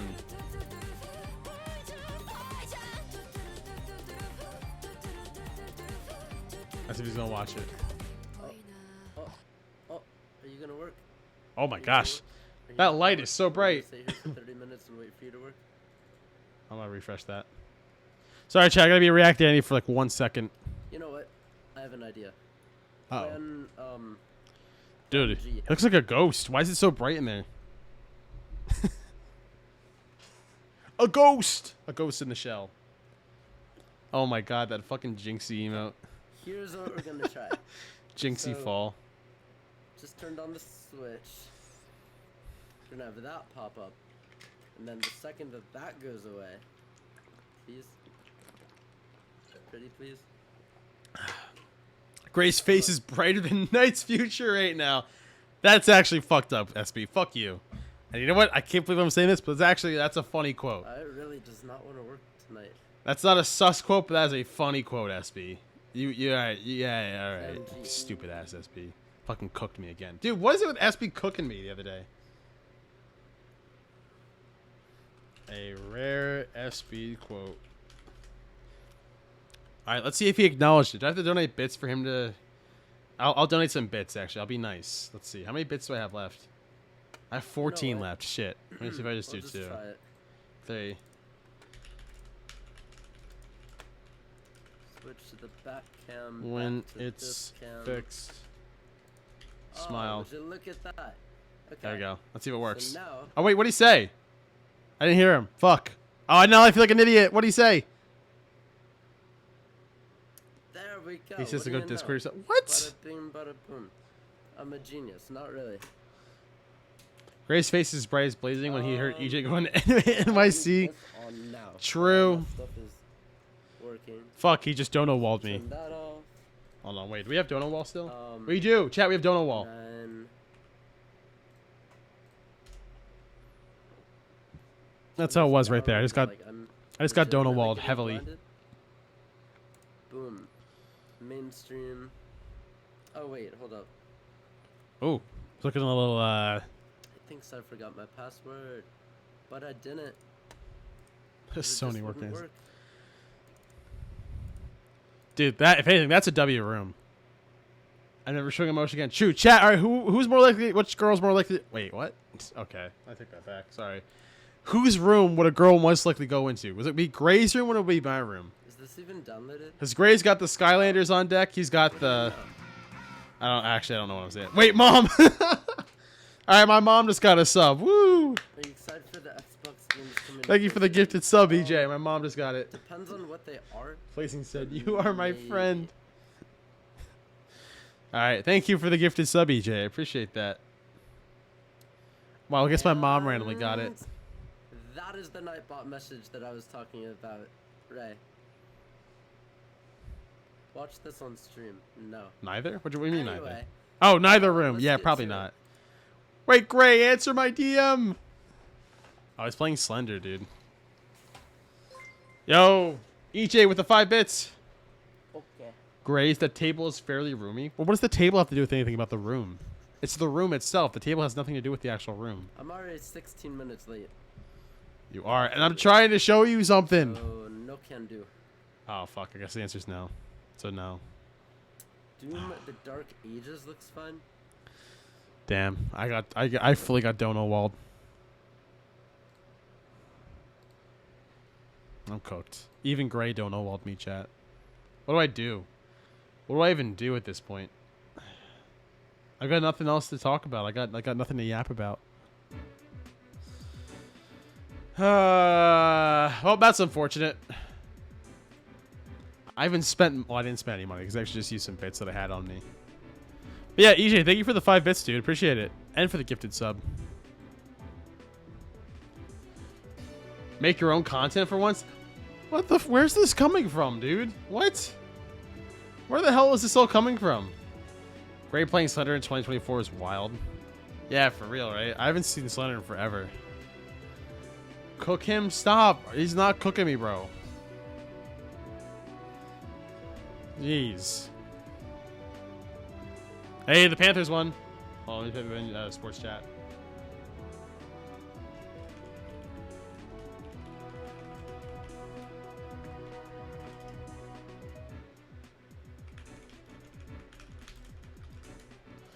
User repressed anger slowly being released. Is that what it is? Come on, man. Come on, man. I don't know, man. You're looking pretty cooked. Nuh-uh. Not cooked just yet. Oh, this looks kind of cool. I'll look at that later,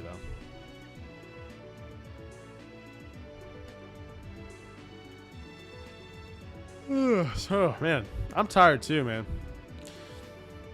Hold on. Where is, Burnt even? Definitely not.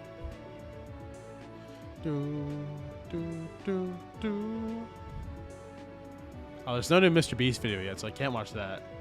Still need a chef-related emote, among many others. That is true. We definitely need some more emotes for that as well. We gotta get to work on some other emotes as well. Oh, look, even Markiplier played the classrooms. That's sick. Shit, I need a double W video to watch.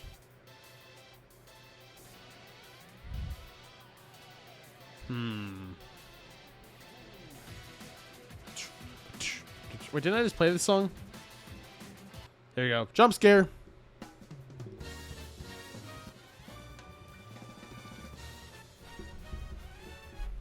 Let's hop on Phoenix Wright PvP. What? You got me with that one. Oh, wait. No, there is something I want to watch, actually. He's cooking like a chef, like a 5-star Michelin. Hop on what now? Roll. Roll what? Do do do do do do do.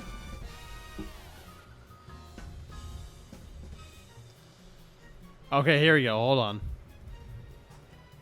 Or wait, that's a lie. Actually, I don't want to watch that. Also, please stop playing this PTSD music. Death Stranding multiplayer. I thought Michelin was the type of fish. No, it's a star, dumbass. It's a tire company. Fuck them werehog stages. Ah, the werehog. Do do do do do do do. All right, and then I was gonna watch a Litz video, but I feel like no, there was something I was gonna watch. Was it in Watch Later actually? Hold on, I'm actually have some good React ND content to watch. Oh, I found the space video that Fahad sent me. What was it called? The Beautiful Horror of Deep Space. Play a Potos night? What? I'm trying to figure out what do I eat. Do I eat waffles or chicken melts or both? Ooh. Ooh. That's a tough one. Eat some good old chicken. Waffles would be great though. Boom, boom, boom, boom, boom, boom.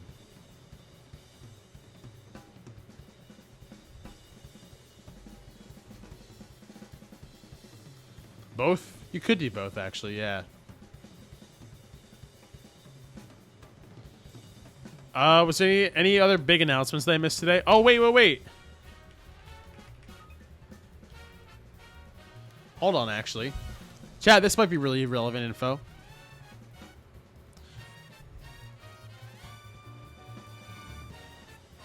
Hold on. Here we go. This is relevant info. I don't care if you put it asleep or anything because I missed it. I was at work today. Good morning. Welcome to Apple Park. Let's start with our newest Welcome to Apple Park. Vision OS. I need to see now, this. Vision OS 2 lets you do something truly amazing with the photos already in your library.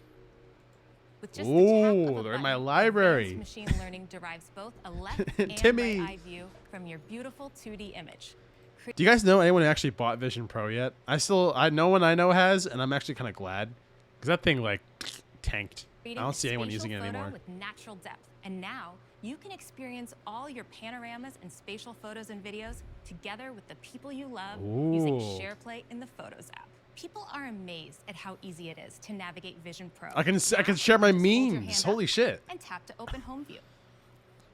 You see him at the airport? Or flip Really? your hand over to bring up time and battery level. Yeah, And it's tap too again early to to buy open something like Control that. Center. Because this is such an early version of a product that like will be better later on. So why would you buy it in the early stage? I think that was your reasoning too, Fahad. Why buy it now when you can just wait? People love Mac Virtual Display. Later this year, it gets even better with higher display resolution and Oh, size. okay. Now, And it could be this would be a reason why I would want it, because if you have a bunch of Apple products and you can like multitask and have different displays, I think that'd be kind of sick. expanded even further into Oh a my HDR God. display that wraps around Bro, you do not need equivalent that, man. to You do not need that. Do you need this big of a screen, chat? two 4K monitors side by side. Oh my God. With Vision OS 2, we're adding train support to travel mode. And there's new Apple immersive video content on the way. These titles and more will be available on the TV More. app. We're bringing Apple Vision Pro to these 8 countries next. Wow. Starting with China, Japan, and Singapore on June 28th. Yeah, the link start, right? And Australia, Canada, France, Widescreen Germany, Dragon Ball and the Legends. United Kingdom on July Might not be 12th. too bad of an idea. iOS 18 is a big release that delivers more ways to customize your iPhone. Oh, this is important. Stay connected and relive iOS 18, special baby. moments. And now your app icons and widgets can add even more. Oh. I have this photo I love as my wallpaper. And now I can continue to enjoy it when I unlock my iPhone. Wow. Because I can arrange my apps and widgets to frame it perfectly. I can select How them so? all and easily place them along the bottom, right above the dock, for easy access. Right above the dock. Or Okay, that's actually even kind of cool. off to the side. That is We kind have of an cool. awesome new Big look Sur. for app icons when we go into dark mode. I can bring up Dark a mode. new customization sheet. And Custom. now I can tint them all. Oh, with shit. color. We're also bringing new levels of customization. Okay, that's actually kind of cool. I like that. I like the kind of dark mode and apps, icons. capability to Control Center. When I swipe from the top right corner, I can see Control Center with all my controls. No, well, we did, but it had to be in the grid style. Oh, yeah, Blazing, you have an Android? That's right. I forgot about that. Organized in one place. And now, Control Center isn't limited to just the controls you see here. How so? I can swipe to multiple new groups of controls, like for media playback. And Oh. here are my home controls. Oh, To look at add that. more controls, Bloop, bloop, bloop. I can open up the new controls. Yeah, it had to be download, lined up. Where I have so many Dude, options to choose. I only use Control Center to check if my stuff is linked with my Bluetooth. I rarely use Control Center either way. I can adjust how my controls are laid out and resize them too. These new Okay, that's controls kinda cool. are also available from the lock screen. So you can swap the Ooh. camera and flashlight for different controls, like taking a note when an idea strikes. And you can even use the action button on iPhone 15 Pro to invoke these new controls. Wow, So look at this that. year, we're giving you a new way I still got my to track 11. sensitive apps I saw my and the regular 11 here, information chat. inside them I'm by going to letting upgrade you soon, though. I lock feel like it's an almost app. time. When you choose to lock an app, if someone else tries to tap it, they will be required to authenticate using Face ID. Now, where was this 20 years ago, man? This is actually kind of cool. I like this. It prevents you from opening certain apps, actually, or apps that are Touch locked. ID, I like this, or actually. Your passcode. And information from inside the app won't appear in other places across the system. There may also be occasions when you want to hide an app that you don't want others to know is installed on your device. Your calculator Well, app? now Is that what you're you trying to can tell me? Hide it. That's a Hair And put Track it in a Pro. new hidden apps folder that's locked. In What? iOS 18, we're putting you in control by letting you decide which contacts an app can see. We're also putting you in control when you pair accessories. This is a huge year for tapbacks. We've Oh. not only redesigned your favorites, Oh, that's we're kinda now cool. giving you limitless ways to express yourself by What letting the you fuck? tap back with any emoji or sticker. We're bringing one What? of your most requested features to messages. You can schedule your message to send later. We're also giving you more Okay. That's actually kind to of... messages. You can schedule Imagine that. Isn't that funny? You can, so that's literally the purpose of an email is you send it at a your certain message time. to send later. It's to help kids hide We're from their also parents. giving Yeah, you really. more ways to express your tone. Text formatting. With text formatting. Bold, italicize, underline, or strike through. Oh, dude, this is literally just Discord right here. It adds bold font, Any text. italics. We're introducing a new way to visually amplify your messages with text effects. That's kinda Some cool. words and phrases automatically surface a suggestion, so you can quickly select one and send it. That's funny. And you can also add one of the many new effects to any text. Now, you can use the satellite capabilities on iPhone 14 and later to connect to satellites hundreds of miles above the Earth. A to satellite? connect your friends and family when you're off the grid. Deaf beam laser? All Oh. right from the Messages app. Huh. Once you're connected, you'll be able to use key iMessage features like sending and receiving messages, emoji, and tapbacks. We're supporting SMS messaging via satellite That's interesting. too. This year, we're giving you a new I don't way even to use stay in Messages, control bro. and manage incoming email. Blazing with got a on-device busted Windows phone. categorization True. that organizes your messages and helps you stay up to date across all of your accounts. Huh. Like transactions for receipts and order confirmations. Oh, that's cool. Updates for newsletters and social media notices. And I rarely use my Apple email thingy because I just use Gmail instead the entire time. and promotions. Maps delivers new topographic maps with detailed trail networks and hiking routes, including Ugly, all bro, yeah. 63 U.S. national parks that can Huh. be saved to your phone and Dude, I accessed remember when they offline first came out with the Windows phones, turn-by-turn voice guidance and the ability to create I was your own 13. hikes. We're introducing Tap to Cash, a Oh, quick and I saw private this way too. to exchange Apple Cash without sharing phone numbers or email addresses. With Tap to Cash, you can pay someone back for dinner. Imagine that, dude. Imagine like you. That's actually kind of cool. You could at least send money like without any other hassle like that too. That's kind of cool. Just by holding your phones together. And event tickets are getting a beautiful new design and new features, including Ooh. an all-new event guide combining helpful information about the venue with smart recommendations from your favorite I Apple like UI apps. changes, man. It's just iOS me. 18 I love brings UI the stuff. Biggest redesign ever to the Ever. Photos app. The Ever. app has been unified into a single view with the photo grid at the top Oh. and your library organized by theme below. This filter button lets me quickly narrow it down Interesting. to specific types Dude, of I have content. so many like pictures and And photos. now, I can even filter out screenshots. It's probably taking up a lot of to storage on enjoy my phone, photos honestly. clutter-free. With collections, you can browse by topics like time, people, my favorite memories, new ones like trips, and more. When I Trips. want to find a specific person in my library, I head to Oh, people, and pets. pets. And it now It knows includes my pets? favorite groups of people for the first time. If you swipe Whoa. right from the grid, you'll find the new carousel. Or was that already there Highlights your before? best content in a beautiful poster-like view. Photos you've marked as favorites are here, and so are featured photos. Imagine hacking it surfaced so by you can the use app. it like Street So Fast. Just take a that's few bucks. iOS 18. That'd be Let's start funny. off with AirPods. This year, AirPods. to make it even easier to interact with Siri, we've created the ability to simply nod your head yes or gently shake your head no to interact. So to ensure your voice will sound crystal I kind of clear, saw that. I no like that. matter your I like that feature. Like if you want to answer a call, you just hit yes. If you want to say, if you don't want to answer, just shake your head no. That's actually kind of cool. I like using an AirPod with that. environment, we're Or I bringing like to use an voice AirPod with that. isolation to AirPods Pro. We're expanding personalized spatial audio to include gaming so that you'll be in the middle of the action like never before. Oh. This year, we're introducing some updates Gaming. that make watching TV even more enjoyable. It's called Insight. Insight. When you're watching an Apple original show or movie, just swipe down on the remote, and Insight will show the actors and their character names in real time. Oh, And Amazon if Prime you're has something curious like about that. the song Yeah. Playing, you can quickly see the track and add it to an Apple Music playlist to enjoy later. Yeah. Prime Video does Insight that will too. also be available when using iPhone as your remote. I would leave WatchOS these 11, yes. we're introducing Training Load. Training. An insightful way to Wait. measure how the What do you say? What do you say? Remote. In WatchOS 11, we're introducing Training Load. We're saying An insightful way to training load or training mode. measure how the Remote. In WatchOS 11, we're introducing Training Load. An Oh, he said insightful way load. to measure how the I thought he said.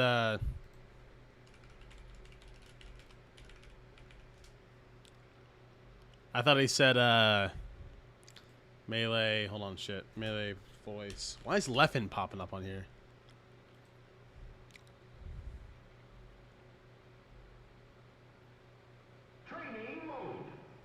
It sounds like it, yeah. Wait, wait. That's funny.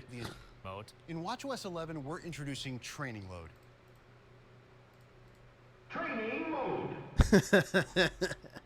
Training mode. An insightful way to measure how the intensity and duration of your workouts are impacting your body over time. Using calorimetry data like heart rate, pace, and elevation, plus your personal data like age and weight, a powerful new algorithm automatically translates our sensor data into an estimate of your effort rating. An estimate, huh? After your workout, you can review the rating on the summary page, ranging from 1, easy, to Easy, 10, light work. all out. Ooh. And you can even adjust your effort rating up or down to get it just What do you guys right. think of my easy mode? Your effort rating and workout I think I'd be duration all out. are then used to calculate your training load. Training You'll mode, be able though. to see if you're holding steady, above your average, and can safely progress and improve, or when you're well above your average and should pay close attention to better avoid exhaustion or injury. True. And we've now made it even easier for everyone to gain more insights from the fitness app on iPhone by giving you the ability to customize the summary tab. Dude, Fitness to show the Plus, I never information use you that. wanna see. I barely Because use Apple Fitness Watch app. can track key vitals while you sleep, like heart rate, respiratory rate, and wrist temperature, it can give you a deeper understanding of your body. So with watchOS 11, True. these metrics are the foundation of the insightful new Vitals app, where you can check in on your Oh, daily health okay. status and explore your most important health metrics. That's kinda with cool. Just a glance. For additional insights, your metrics will be highlighted when they're outside of your typical range, with details on what's changed over the last week. I love that And when gradient. multiple metrics are out of range, you'll be notified with a tailored message to help you understand Review how these your changes vitals. may be linked to other aspects of your life, such as Or- alcohol, elevation changes. How did I know or I was illness. drinking? And That's last funny. year, we introduced the Smart Stack. This year, it becomes even more intelligent by automatically adding new widgets right when you need them. Oh. Like the precipitation widget to alert you before it rains. Or the Ah. translate widget for when you're traveling somewhere new. The Smart Stack also Translate. becomes Oh, that'll more come in capable clutch. with live activities coming to I'll Apple come in Watch. clutch for Japan. So you'll have all the details for your favorite events. That's what's coming in watchOS 11. Next, let's I like talk that. about iPadOS. Apps Yeah. are fundamental to the iPad experience. iPadOS. In iPadOS 18, we're making them even better. Starting with a new floating tab bar. When you want to explore more, the tab bar morphs into the sidebar. If you use a specific Ooh. tab often, you can customize the tab bar. One of SharePlay's A best tab bar. features is screen sharing. Now, you can tap and draw on your screen to point out what they Oh, should shit. do on theirs. That's And cool. if you need to assist more directly, you can ask for permission to remotely control their iPad or iPhone. W- Next, I want Whoa. Okay. That's actually kind of cool. Buy an Android watch. Yeah, there you go. you can ask for permission to remotely control their Remote iPad or control's iPhone. crazy. Next, I want to talk about a feat that some may have concluded must be a mathematical impossibility. That's right, we're bringing Calculator to iPad. Yeah. I'm so excited. This is to the best show you part. a new Math Notes experience. Calculator I on get the to it by iPad. just tapping the new calculator button right here. And with my Apple Pencil, I'll just start writing out expressions like I would on a piece of paper. This is cool though. As soon as I write It an equal solves sign, your Calculator stuff. Immediately solves it for me. And even shows me the results. It solves the equation. Chat, if you're still in school and you need help with math, Calculator immediately solves it for me. that's sick. And even shows me the results in handwriting like my own. When I make a change, the results update live. That's And this sick. all works in Notes too. When you need to crunch Dude. numbers, Notes has all the new math capabilities from Calculator. Numbers. We use a powerful on-device machine learning model to recreate your handwriting style from your notes, which unlocks new capabilities. Oh, it knows Just your scribble handwriting? your thoughts as fast as you have them. That's and kinda SmartScript cool. refines your handwriting as you go. That's cool. And that's iPadOS 18. Welcome to macOS Sequoia. Sequoia. That's a new one, Brand Fod. new continuity feature called macOS. iPhone mirroring. Sequoia. With iPhone mirroring on Mac, I can see what's on my iPhone. I miss Big and Sur. Can control it too, all while barely lifting a finger. I Ooh. can see my custom wallpaper. My icons Oh. are right where they belong, and I can use my phone normally, like swiping through pages of my home screen. We're bringing iPhone notifications to Mac. They appear Whoa. alongside my Oh, Mac fucking Duolingo, notifications, dude. And I can even interact with them when I don't have my iPhone. So you can use handy. your iPhone on your- Watch how on your easy it computer. is to use my devices together. I can grab the exported video and just drop it right into the template. What? Holy shit. Actually, no joke. That's actually sick. And macOS Sequoia. Oh, we gotta go back and see that just- again. I can grab the exported video and just drop it right into the template. That, and look at that. He's not even using his phone. He's not even using his actual phone. It's literally just kind of sitting there on the stand for the clock. And that is really cool. So you could here's the realistic part of it. You could be using Discord on this thing or whatever, or watching a video, and if someone texts you, if someone FaceTimes you, you could probably, well, I guess you're already using your Mac, so you could probably answer that way too. But if someone calls you, could you just pick up on your computer so you don't have to use your phone? Ooh, hold on. That's actually super useful then. Same thing with texting. You can just text that way. You can open up Snapchat there probably. Discord, Instagram. You can watch Twitch. You can do anything on your phone you can on your computer while also doing other stuff on your computer. Mac camera's bad though. Does Mac not already do that? Well, with the mirroring part, it doesn't. This is like a brand new feature they're saying, right? So I imagine not. And macOS Sequoia has fantastic updates to how you arrange your windows. Oh. Now, when you drag a window to the edge of the screen, macOS automatically suggests a tiled position on your desktop. That's cool. When you're on a video call, say goodbye to oversharing with the new Presenter Preview. It lets you see what you're about to share before you share it. Nice. And now we're introducing the Passwords app. Passwords makes it easy to access your credentials and have them securely stored all in one place. Everything is organized for you, from your passwords to verification codes to security alerts. You can find the app on Mac, iPad, iPhone, Vision Pro, and on Windows with the iCloud for Windows app. When you're on a site, Safari can now help you discover more about the page with highlights. Safari uses machine learning to automatically detect relevant information and highlight it for you as you browse. Summaries are also integrated into a redesigned Reader. Reader instantly removes distractions from articles, and now it can provide a table of contents and includes a helpful summary right next to the article. We're bringing a distraction-free experience to video on the web as well, with Viewer. When Safari detects a video on the page, Viewer helps you put it front and center, while still giving you full access to system playback controls like AirPlay and Picture-in-Picture. And video automatically moves into Picture-in-Picture if you click away. macOS Sequoia. Developer betas will be available today. Public betas will be available next month, and all of our OS releases will be available to users this fall. Apple Intelligence will enable your iPhone, iPad, and Mac to understand and create language, as well as images, and take action.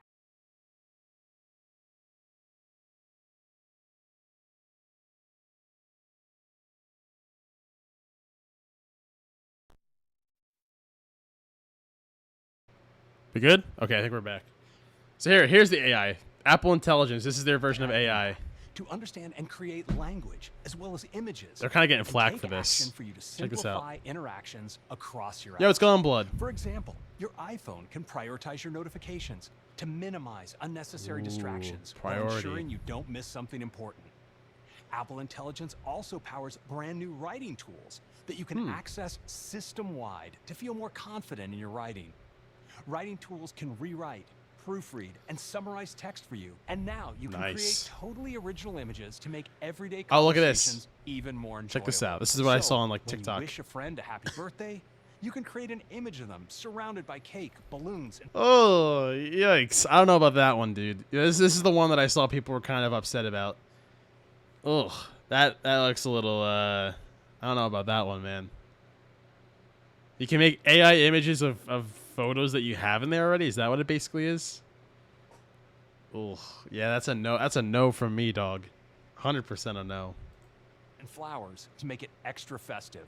You can create images in 3 unique styles. Oh. Sketch, illustration, and animation. Yeah. In addition to messages, this experience is built into apps throughout the system. I don't know if I like that. Notes, Freeform, Keynote, and Pages.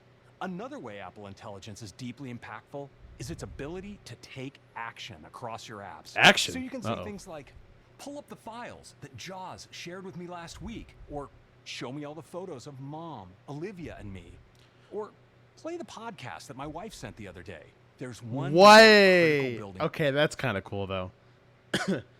Here's the cool thing. When you start getting, here's the coolest part about this chat, is that when AI gets to the point where you do not have to be specific at all, like in terms of like what's the word? Like, look, the one thing that he said here. Or play the podcast that my wife sent the other day. So like this, I don't know, this is just kind of like a dumb breakdown that I just realized, right? So like when you use AI now, or even like Siri, like instead of saying that, it has to be, hey, get me or can you play blah, blah, blah on YouTube from this person? Whereas this is like, play the podcast that my wife sent the other day, which that could be any podcast, right? Or that could be anything, any file. But the fact that it knows exactly what it was sent, and that's the other thing too, the other day, it's not a specific day. It's not 3 days ago. It's not 2 hours ago. It's the other day. The other day. Like, it could mean in a variety of time frames, but the fact that the AI knows that what that is. There's one more critical building block for personal intelligence. Oh, one more. Let's hear it. And that's an understanding of your personal context. This is it. Suppose one of my meetings is being rescheduled for late in the afternoon, and I'm wondering if it's going to prevent me from getting to my daughter's play performance on time. Apple Intelligence can process the relevant personal data to assist me.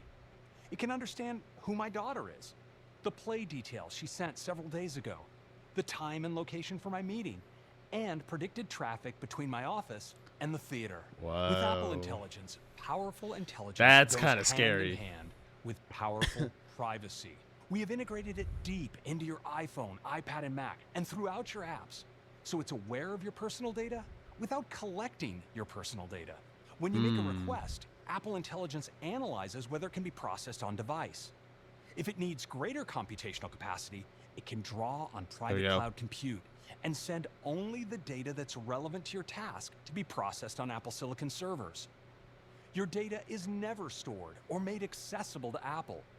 It's used exclusively to fulfill your request. And just like your iPhone, independent experts can inspect the code. It's verified, apparently. Verify this privacy promise.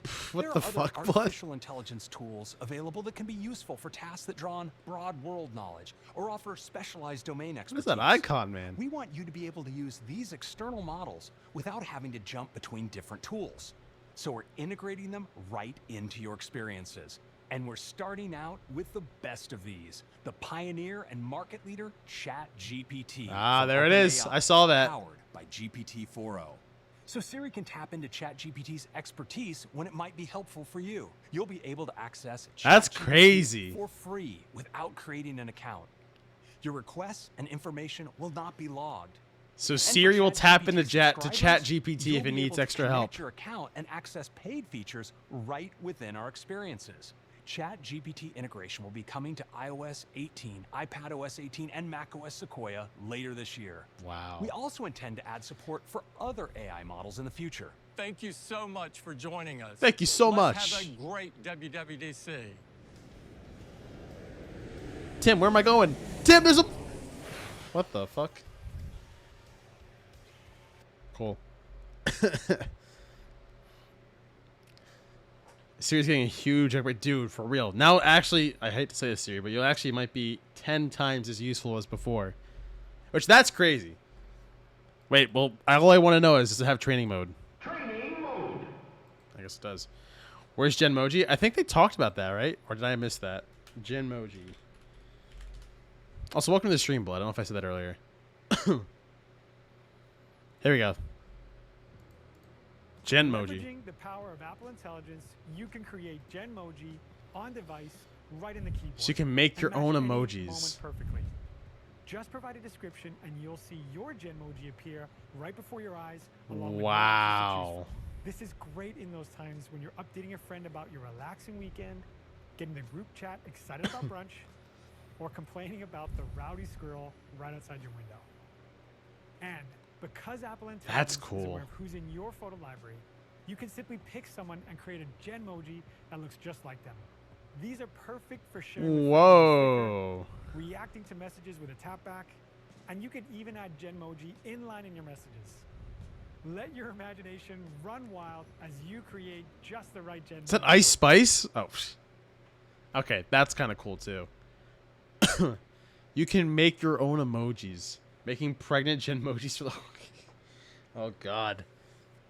You can create shithead. You can. You can create shithead. Actually. You can actually make head ass. But my real question is, does it have training mode? I just want to know if it has training mode. That's all that matters to me. I'm sorry, that's just an overplayed joke. I think it's funny. Training mode. That is pretty sick, though. I won't lie about that. Here we go now. What time is it? Oh, it's 11:47. So no, not yet. Lucky for you, it doesn't. I want training mode. What do you mean, can we go? Forget pregnant man react. Pregnant you react? Huh? Oh, pregnant you. That's... Oh, yeah. I don't know about that one.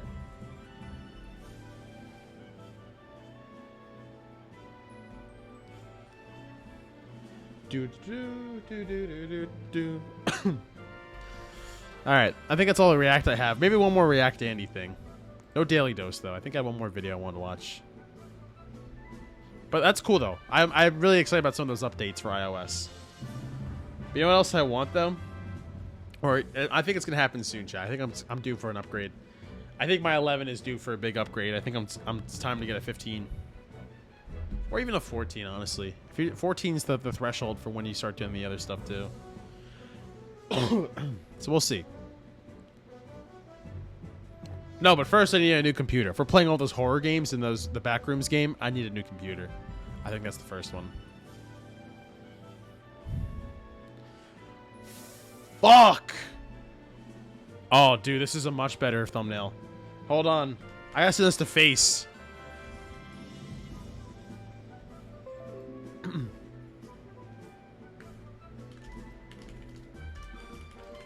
This is 3 months ago.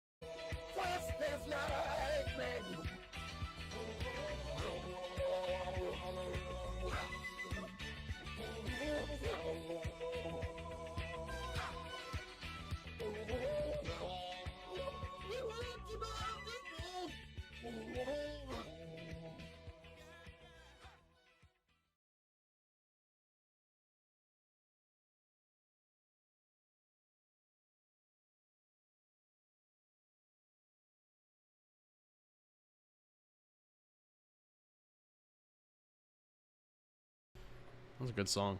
All right. Oh my god. What are these things, dude? You can kind of relive it through the new Fortnite Rhythm game. Oh, that's right. Yeah. That is cool that they actually did that as a feature, though. W Fortnite. All right. Everybody was kung fu fighting. So now it's gonna be stuck in my head now. Anything else I wanted to react to Andy? This is really all I was gonna do tonight, was just that. I was vibing to my story. Oh, what what was it? The the Chad Miyamoto song was hard, the Miyamoto pick. What song is that actually? Yeah.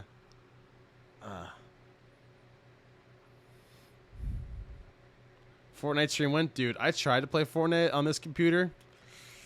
Bad idea, dude. Way bad idea. The unfortunate part is that like I played on like the lowest possible settings and it still did terrible. It's just because my computer can't handle it. It's unfortunate that it can't, but like my computer is just like just dumb, stupid dumb. I need a whole new upgrade for that before we do anything.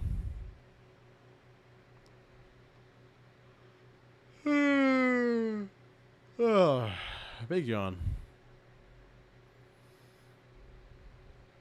All right, let me see something here. Do you think they'll announce a Nintendo Direct this Wednesday? I'd be very surprised if they do, actually. Maybe not this week, but it could be next week. Oh, it's got me. One more thing. What's this one? Oh, the song? Oh, God. What the fuck is this loop?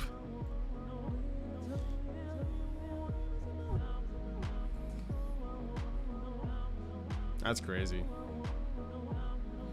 It's the old Chainsaw Man Girls puzzle. Oh, I see it. Yeah. I see it now. Yeah.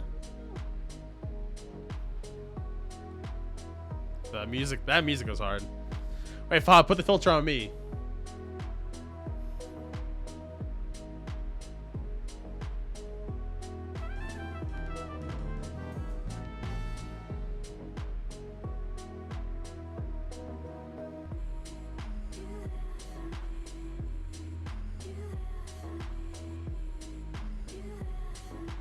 Alright, there we go.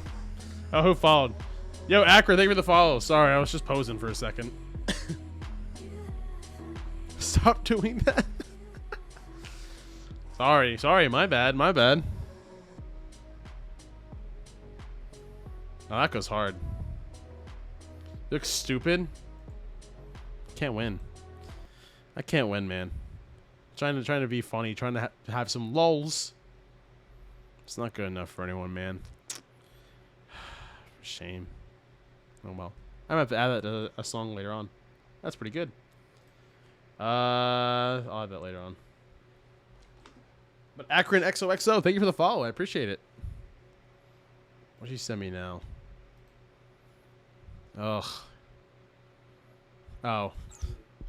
This is a classic. Benny, bro. That's a classic, dude. How long ago was that? It was 2022. That's how you knew. That's a classic meme right there. All right. Well, we are reaching the tail end, I believe. Yeah, I don't think I want to go till 12:30ish. That's pushing it just a little bit. I might just be kind of hanging around afterwards, unless we watch a video that's like kind of long, which I don't mind doing anyway. If I can find one, real quick. Please. Blazing fell asleep. Tries new Chainsaw Man chapter kind of free. Dude, I can't believe that. What the hell are they thinking, man? I read that shit. I was just like, what? Oh, here we go. This is a good one. Let's watch this, actually. Let's see if this guy can yap. Super Mario Galaxy should not be this important to me. Oh. I don't think I played it that much as a kid, or at least not nearly as much as many other games my family had on the Wii. Mario Kart, Brawl, Wii Sports Resort, Mario Party 8, Super Sluggers, hell, Mario Sports Mix. A game where you kill a Final Fantasy boss with a fucking volleyball. I can only remember beating Galaxy and its sequel one time, not even completing them, and yet every time I've been reminded of it, thought back to that part of my childhood, this game has always stood out to me more than all the others. And like, why? I'm not alone here. Almost everyone I asked that has played this game even a little bit seems to have such strong memories, some feeling or moment or something. So I love wanna Galaxy. Look at what makes this game special. And I think the first part to this puzzle is something you might have considered before. This game is weirdly similar to Super Mario 64. Like, I get they're both mainline Mario Weirdly games, similar. but just from the 4 games released in this time range, we can see just how different a Mario game can get. New Super Mario Bros. For the DS and like all the sequels to it, which are basically the same game, we can consider a continuation of the first Super Mario Bros. Here is Mario, here are platforms, jump on and over them to get to the end of the stage. There is no such thing as immersion here. While there are distinct aesthetics to these Mario games, some more There's no distinct than immersion. others, this isn't a world you can really get lost in. Whether it's all the blocks being on tile, the UI eternally present on the screen, or just the fact that it's 2D, the world of these games are somewhat abstracted by the aggressive video gaminess of it all. In contrast, Super Mario Sunshine throws Mario in fucking jail. Super Mario Sunshine It's is true. arguably the most fleshed out and consistent world in the entire mainline series. By mainline I mean platformers, the RPG games don't count. The game is like weirdly consistent. The Mario franchise has had an obsession with isolated aesthetics for its entire existence. Things would be separated cleanly into worlds and subdivided into levels, all with their own distinct music, blocks, gimmicks, enemies, everything. While there are some consistent looks between games in the franchise, that isolated feeling was almost always there. Super Mario Sunshine, in comparison, is Isle Delfino. Nearly every level, from Bianco Hills to Noki Bay to Pianta Village, takes place in the same On the world in island, the yeah. story and the looks. There's a story in this game, like an honest-to-God story. There's voice acting. This is one of the only mainline games where falling isn't the largest threat most of the time, because this game takes place on an actual planet, one that doesn't consist entirely of cliffs or an empty void below you. There are stages that resemble the older Mario titles, but they're aggressively removed. This one's the from most the like rest of the Galaxy story, almost. With Mario going through a fucking smoke dimension to arrive at them. The music in these levels is stripped back in a cappella to be simpler than its contemporaries, but the gimmick that makes the movement special to this game occasionally ripped away from you entirely. It makes a clear statement that this is not Super Mario Sunshine. This is some bonus thing added on to remind you of the old experience. Super Mario Sunshine is when your jetpack fake-out dies, when Mario makes this face, when Peach says actual words, when she has a butler named Toadsworth and he's this cute little old dude.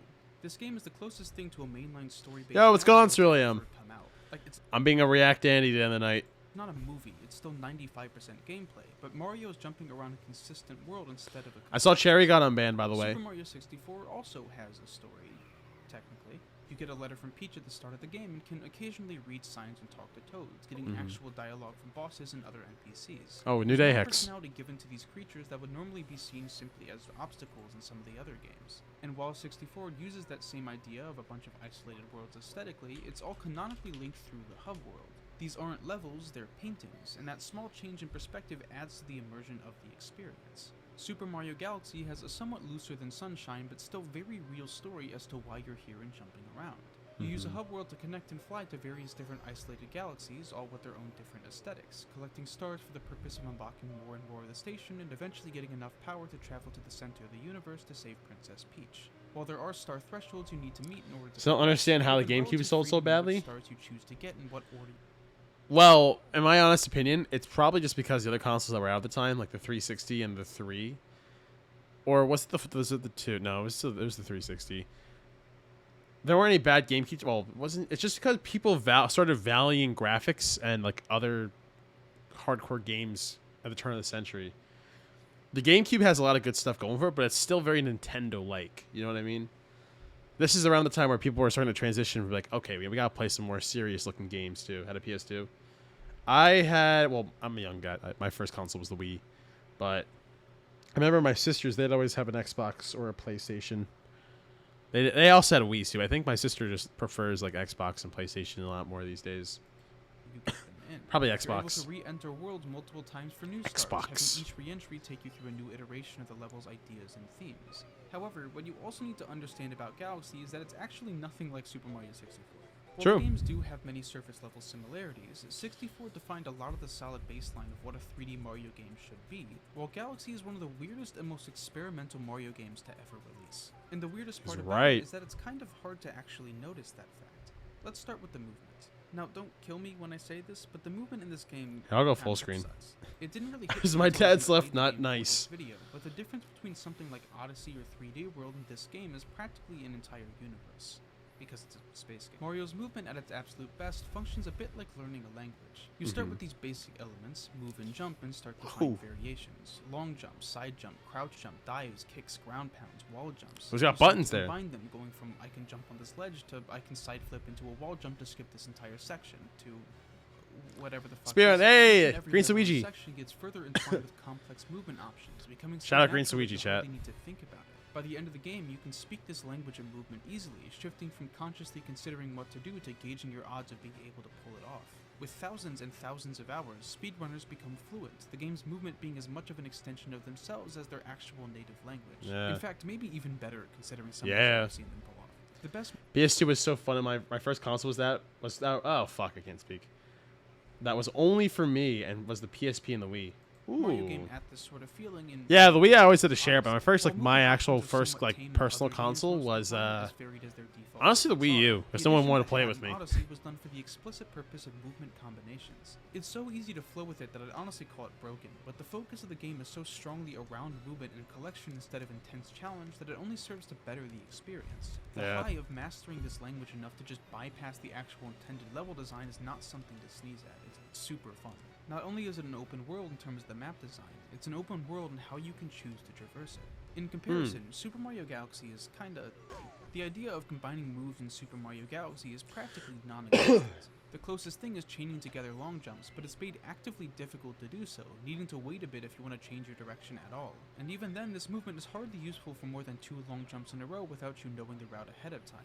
Half of your moveset seems to kill all of your forward momentum when you land, as well as almost any sudden change in direction, with every maneuver having more startup and end lag, making it far harder to recover from mistakes. While Sunshine speedruns are a constant barrage of My first personal console is my DS Lite. Actually, if we're talking handhelds, DS Lite for me as well. Red DS Lite.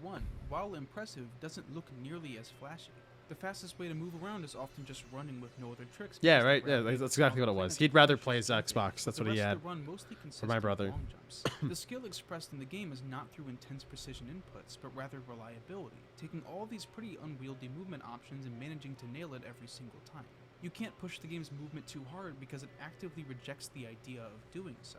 The unique movement option added to Mario's repertoire in this game is a spin attack, given with the help of Illuma. While it is a helpful movement option, the only time where it actually adds to a move is when you're going upwards, making vertical movement often easier and faster than horizontal in this game. The main purpose it actually serves to platforming is not... I got a DS later on to play some DS games. Super fun. Dude, I loved the DS. While it does lift you higher, it also... There's actually... I was watching a video essay of that I almost finished, but I don't think I'd watch that on stream. Maybe we should actually. Maybe not tonight, though.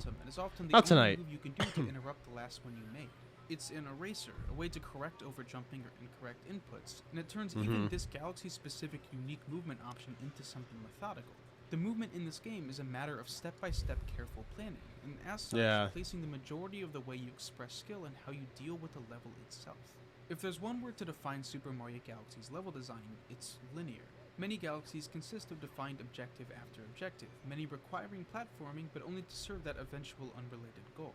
Almost every level in the game is a sort of predefined roller coaster, with set movements and ideas. Ooh, my Wii U came with New Super Mario Bros. U and Mario Kart, I think. In Super Mario It was a Mario Galaxy, Kart bundle. you're given a checklist of tasks to do before you earn the right Dude, I wanted the Smash Plat Deluxe set. I wanted that. I wanted the Splatoon version of that. To me, focuses around the idea of universal rules. Universal rules and what? Mechanics in games, Oops, I there are read that ones too that fast. Yeah, that's too quick. Universal rules. Universal rules and when to ignore them. Nice, I like that. 100% every Mario game ever. Who, me? I can't do that. I love how there's so many games that you can go back and get an old console to play. Too many. Wait, Jesus, I can't speak to now. I'm sorry. There's so many games that you can go back and get an old console to play so many good old games. Oh yeah. When it comes to mechanics in games, there are ones that always the true feeling of it, yeah. specific. This is a painfully simplistic example, but generally, if something is not a wall or a ceiling, you're assumed to be able to walk on it unless indicated otherwise.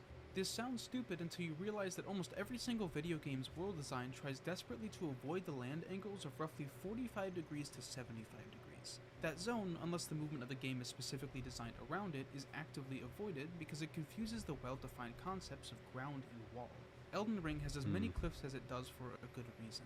Changes in elevation are either gradual or immediate, so the player is never confused on where they can or cannot walk. If you ignore this rule, suddenly you have horses that can climb mountains. In games focused strongly around movement, the decoration you build Hey, Lara Croft. not meant to be used can sometimes be Gray would like this video. because to make it always distinct. Give your mom this project. Hey, be nice. My mom just got home today. So, developers often need to solve this conflict between functionality and looks. That's actually pretty good though, Blood. One of the most common ones is the equivalent of just throwing your hands up and saying "I quit," giving the player a button that just tells them these are the important things you need to be looking at right now. Mirror's Edge is a bit more stylistic about it, integrating the Mirror's important object Edge button into the game's aesthetic, coloring every potentially useful or specialized object as red so you don't try spring jumping off of every random crate you see. Mario games, being far more cartoonish, are able to get away with smoothly integrating this idea of universal rules into their games. In most mainline Mario games, the most important set of universal mechanics is Mario's movement. Games like 3D World are so beholden to it that every level unambiguously caters itself to this idea. There's not a moment where you could possibly mistake a wall for a floor.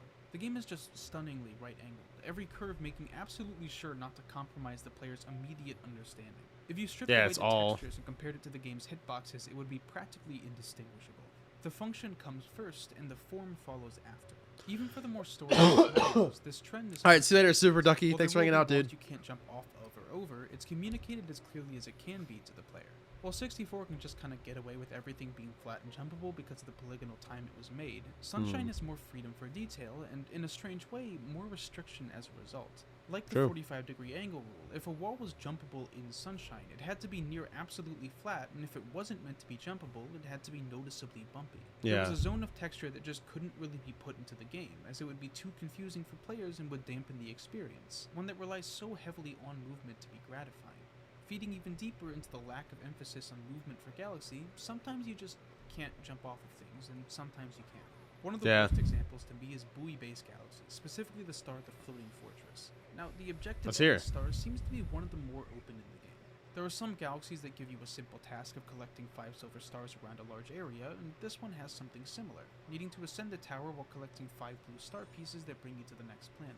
On the way up the tower, it gives off the feeling of being somewhat open, in the same way that something like Sea Slide Galaxy is, but then you get to this little pit area. There are 2 screws that you need to spin in, one to spawn a spring enemy and one to start rotating the cannon platforms. Now, the developers noticed that these walls are not nearly high enough to make it impossible to climb up them, but the spring enemy didn't launch you enough to clear a wall that you can't just scale normally. And so, the developers decided, you just can't jump off of these walls. The universal rule of jumping off of flat walls, something you can do for every other wall on this tower, except the broken curved just to walls. force you to bounce off of this one spring enemy. Oh, and it didn't even work. You can just triple jump and make it easy. Nice. All of this is to say that when it comes to the decision of form versus function in Super Mario Galaxy, between the looks and the gameplay, the looks come first. A wall can be kind of scraggly looking and weird, and you can still jump off of it, and vice versa, because, like, why not? They wanted it to look good, I guess. And honestly, who could blame them? And so, okay, knowing all of this, why do Comet Stars exist? This is one of the most confusing decisions in this entire video game. As much as I've talked about the de-emphasized movement, I want to be clear that for what the game is going for, the movement helps that experience most of the time. It has a way of making you laser your focus on every tiny aspect of the level, since you can't just movement bullshit spam your way out of a bad situation. If you bump a you have wall, to look there's around. a 20% chance you instantly die via black hole. Yep. However, occasionally, a comet will visit a galaxy you've already beaten. These comet stars will take the already existing galaxy and direct all the focus onto the gameplay itself. Sometimes this means needing to beat a boss without getting hit, which is hit or miss. However, other times it's done in the form of a level timer or a race against Shadow Mario. And some of those times, I want to rip all of my hair out. The Comet for Sea Slide Galaxy is a race against Shadow Mario, and it's piss easy. You grab a shell, Shadow Mario just jumps on the land for no reason, you climb out of the water, dead simple. Yep. Except, I lost this challenge 3 times because I couldn't enter the water correctly. Oh my I died god. 20 or so times total on the way to Bowser, the first 60 stars of this game. This level did not deserve to be 15%. I hate the swimming water part in mechanics the are game. tolerable when there isn't a race to the death, but once all the video game is placed on scrutinizing the controls, it falls I apart hate swimming in entirely. Galaxy. If they didn't make Shadow Mario a bumbling idiot, I'm pretty sure this level alone would send children into crying fits. Not all of the comments are bad, to be clear. The game's difficulty is at its best when it plays into designing the level around it instead of just shoehorning it into an already existing one. But there are comments that do one simple change to the level itself. The fast foe comments make all the enemies faster on one planet, turning the difficulty up enough to be fun and placing the challenge still on the level itself. But ultimately, it's not the challenge that people remember about the game. In my opinion, the thing that makes Galaxy so memorable is also the main selling point of the game, Nintendo's aesthetic of space. Or more accurately, that Super I do Mario like that. Galaxy is not a space game. Oh, Nintendo's aesthetic of space. Oh, I'm always doing it so fast. Accurately, that Super Mario Galaxy is not a space game. I'm also about to backtrack on the thing I just said. Well, it's kind of a space game, but not like the space games we normally think of. Space and the night sky to humanity has long represented. Say that again. Not like the space games we normally think of. Space and the night sky to humanity.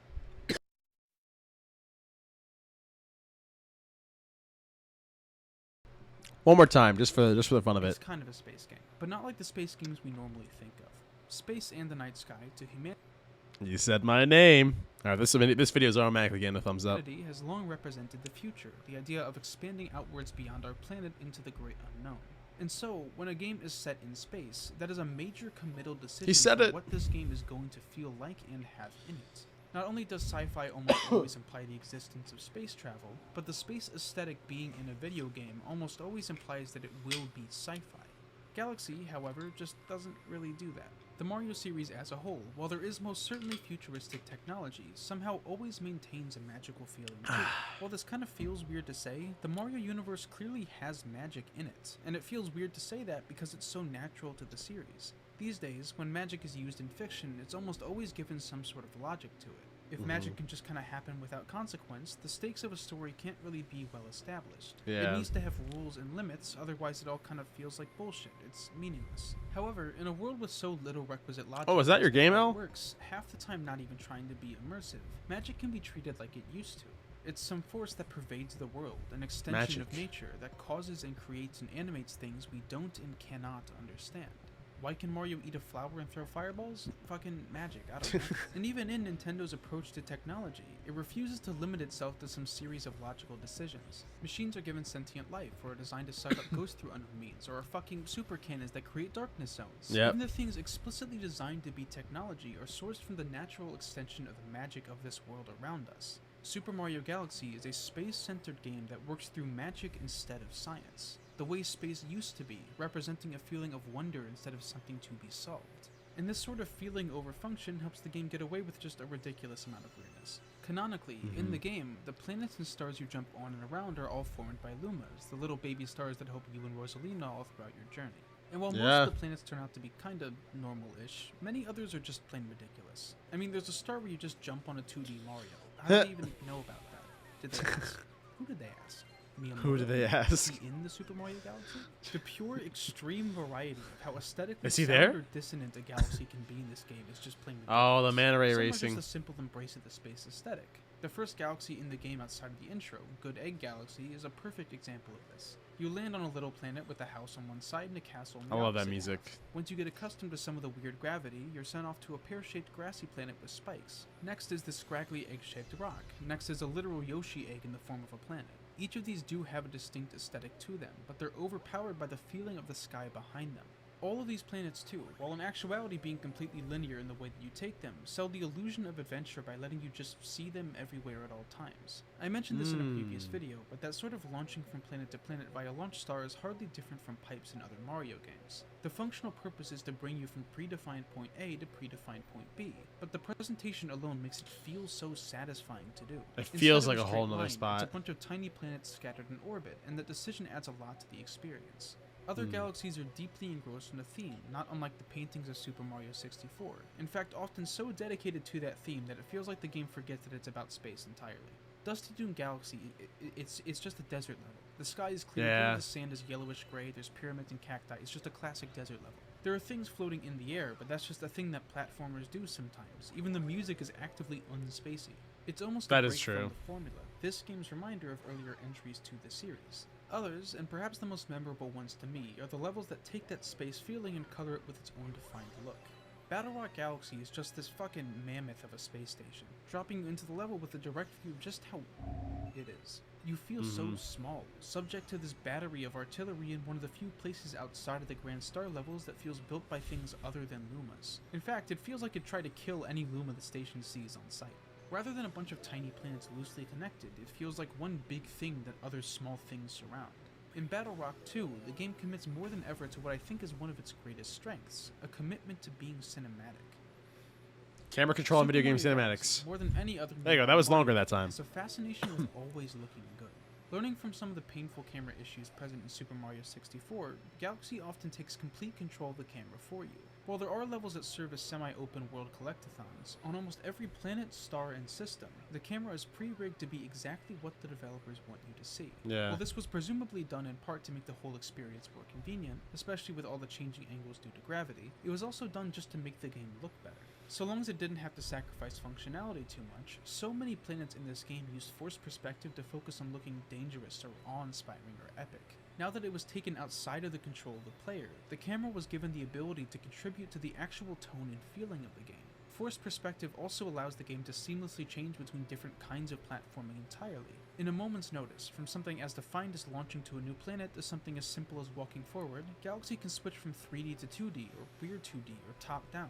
It can use perspective to hide secrets or direct you to the next area, even things as subtle as aligning the camera to work well with controller notch inputs. Every facet of Super Mario Galaxy, from its controls to its level design to its camera work, all trade player input for the sake of curating one specific experience. Nowadays, and even back when Galaxy was released, one of the biggest buzzwords in video game marketing was open. Freedom of movement, freedom of creation, of skill expression, of environmental design.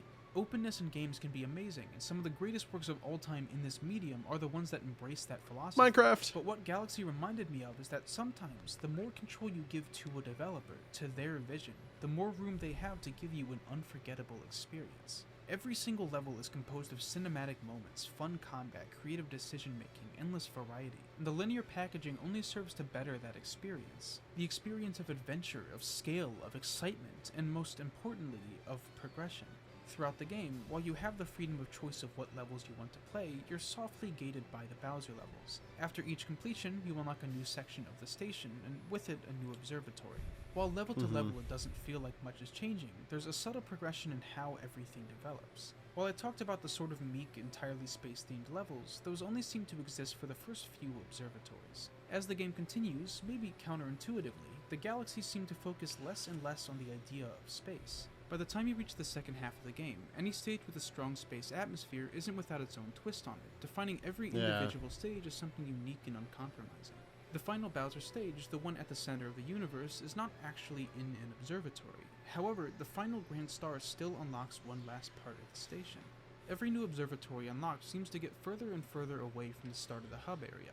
Every time you're brought back to talk to Rosalina or start up the game again, you need to travel all the way back to these later game spots, making each one feel literally and symbolically distant from the game you were first introduced to. The final observatory, the one that's entirely optional, having no Bowser stage at all, is positioned at the very peak of the station. And while everyone before this was a basic building, getting more and more thematic, this... The secret room. ...is not a building at all. You're met with this impossible open landscape, being literally on a planet of some kind similar to our own, and yet somehow feeling like the most alien part of this video game so far.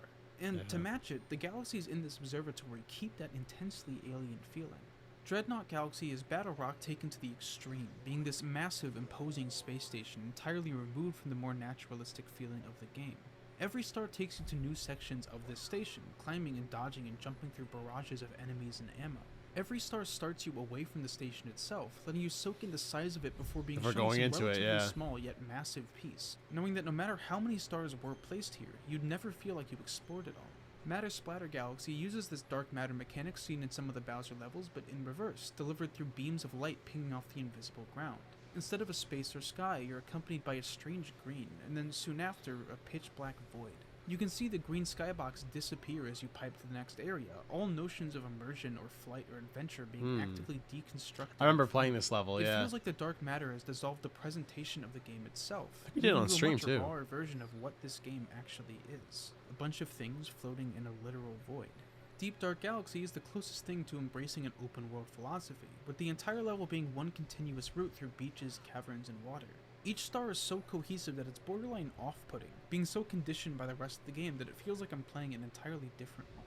In a game where space represents the magical unknown, the most awe-inspiring discoveries come not through the most space-like places, but rather through the strangest things it has to offer. Every secret in this game feels so genuinely alien, the trial galaxies being unlocked after finding all 3 green stars, each level exploring some niche mechanic as much as it can. returning to the homeworld just before the final observatory and being given the power of flight Red around the Mario. station, things that Oh. aren't traditionally Red Star gratifying Mario. for games, but are deeply fulfilling for the mystique the game offers you. Only space could have things so strange, and each discovery makes it feel more and more like anything is possible here. There were so many days as a kid where I'd religiously watch Super Mario Galaxy's secret compilations instead of actually playing the game myself. I'd search for glitches and skips and Easter eggs, falling for hoaxes and jump scare videos made for other kids exactly like me. I wanted to see everything this game had, Jump scare intentional or videos. otherwise. However, there was one thing, one aspect of the game that, as a kid, I was never really interested in. The library. But first, strange question. What, happens in this game? I've spent about, 25 minutes just talking about the game, but things do happen in the game, in the plot, and yet it's surprisingly normal, for the most part. Well, certainly more cinematic in its execution than normal. The main story of Super Mario Galaxy is the same Save Peach from Bowser structure that basically every mainline Mario game has. How do you get the When it comes to UFO, most though? That's what I video wanna games with know. a story, it's integrated alongside or between gameplay sections that serve as a reward or to give actual meaning as to what you're doing in the game. Mario games are some of the most bare-bones examples of this most of the time. Peach gone, find Peach. Get to the end, beat Bowser, get Peach, day saved. At the end of every chapter and boss fight, you find out that, oh no, Peach isn't here, and every time you fail to save her makes the eventual victory feel better. They serve as gentle encouragements to keep going, that if you kicked Bowser's ass this time, you can do it again, and eventually it will be the last one. The pure bare-bonesness of these stories place all the focus back on the game without making the player feel like something's missing. Even Sunshine, while fleshing out the world significantly more, ultimately adopts this sort of setup, just in a more complicated way. Galaxy swaps between Bowser and Bowser Jr., with Jr. giving you more creative fights, while the real deal gives you a weighty, genuinely pretty fun fight that gets increasingly complex with every new iteration. And yet, still, the story is just very simple. You know, until a fucking black hole destroys everything. The interesting parts of the story, the most notable ones... Is that are centered Rosalina around sacrifices Rosalina herself, and right? Lumas. You don't really talk to Rosalina much outside of the beginning and end of the game, mostly being given small updates on how you're doing in her sort of gentle tone, and yet there are brief moments where you do get to peer inside of who she and the Lumas are. Lumas are repeatedly referred to as children. They're these squishy, carefree, kind of stupid little dudes, and their form of maturity is to become a piece of this universe. When they do transform, it's done almost exclusively to help people, and can be done in the form of planets, launch stars, power stars, and presumably even more things we don't even know about. That's to say that these Lumas, in some way, depict the unformed universe itself, and that what the universe is made of is not only inherently kind, but helpful and optimistic. The land wants to foster life, the stars want to help power the station, the launch stars want to help you travel. Every single thing in the universe is screaming out for goodness and happiness and light. Rosalina is the mother of these children, but even then, she emanates that same sort of innocence. The library is a completely optional room in the Comet Observatory, one whose only purpose is for Rosalina to read a story to the Lumas. This story, as we come to find out, is actually Rosalina's backstory in the form of a children's storybook. Mario games have long been tied to the framing of storybooks, feeding into that idea of childhood innocence, but the content presented has only ever been an intro or a way to frame the video game itself. Yo, Billy. The sequel, in fact, is framed in this exact way, but the original isn't. For all intents and purposes, Super Mario Galaxy is not a story being told, but its own entire universe, and this story, Rosalina's book, is one that exists entirely within it. It details the journey of a young girl who finds a Luma one day, one who's waiting for their mother. The writing of the story is actively childish in technique and in logic. Things like waiting for years or for getting water are treated as mild inconveniences, not understanding the actual scale and severity of things. Cute and silly concepts like butterfly nets being essential are stated with blunt upfront confidence. Furniture and building supplies come out from the middle of comets. This logic only makes sense to a child, and yet simultaneously, this is Rosalina's backstory. While this is certainly childish even for this world, this logic makes sense because this is a story written in the Mario universe. While every one of us grows up, there's always some part within us that remains a child, and these games have a way of immersing us in it. The presentation and writing and stakes are plainly simplistic, logical leaps are easily accepted as fact, it stays silly and lighthearted in the face of real and scary stakes. The story of Rosalina is one that's entirely optional to engage with. It's not a motivator to keep playing or even really a reward in my opinion, at least not a traditional one. It's something that we, the player, choose to engage with. It's calm, antithetical to the rest of the game, an active break from that action and tailored experience. And yet, simultaneously, it's this feeling that pervades every Mario game condensed into one story. It not only evokes that inner child, but speaks directly to it. While the majority of Rosalina's book is fairly normal, being an escapist journey into the I'm really Stargate, reacting. I'm it really just starts watching to this play video around now. with the idea that it's not that simple. The Luma never finds their original mother, the comet never comes, and as a result, Rosalina takes them under her own protection, and soon after, takes every Luma she meets under her wing. While not said explicitly at first, Rosalina wanted to travel the stars too, in search of her own mother. Before she disappeared, she told Rosalina that she'll always be watching over her, and Rosalina chose to take it literally. However, in the middle of this luring journey, she takes a look back at her home planet, back to the hill she'd stargaze with, and breaks down in tears. She knew what her mother meant, but didn't want to consider it. This journey wasn't just to help the Luma, but to escape one harsh reality. Her mother is sleeping under the tree on that hill. Oh. Even at its darkest moment, the story doesn't leave that childish mindset, that way of writing and thinking. And because of that, the reader's inner child, has no reason to shy away, no defense to put up. It's still so gentle while being so painfully sad. Eventually, we see Rosalina take up the role of Mother of the Lumas, by extension in some way the Mother of the Universe, but never abandoning that purity. While she has matured over hundreds of years, she continues to reflect this entire game around us. In a way, we're adventuring within her innocence, her wonder, her universe. In a game that Puddle. emphasizes the role of Mario, putting first the world around him, what truly sets this game apart from the rest of the mainline titles is that the world is represented Yes, this is. This is just entirely by watching. someone that isn't him. I've seen a lot of people boil down what makes this game memorable just to this storybook, and while it does change the way you look at the rest of the game, it simply could not exist without everything else. The cinematics, the level design, the aesthetics, all of it is tailored to bring you to this state of mind. I feel To lied to you. immerse Good you in night. a Perfect. We're world about to where the end story soon. doesn't just Bitch make ass. sense, but means something. While the individual parts of this game might fade, the planets, the levels, the movements, the power-ups, the story, even the music, the background never seems to dissipate. The details can and will disappear as time stretches on, but what's left after everything is gone is the thing that sticks most with us, gazing wistfully into an endless night sky. He said it again! Dude, this is the best video ever. Wistfully into an endless night sky. Dude, he said it twice now. I have to subscribe to him now.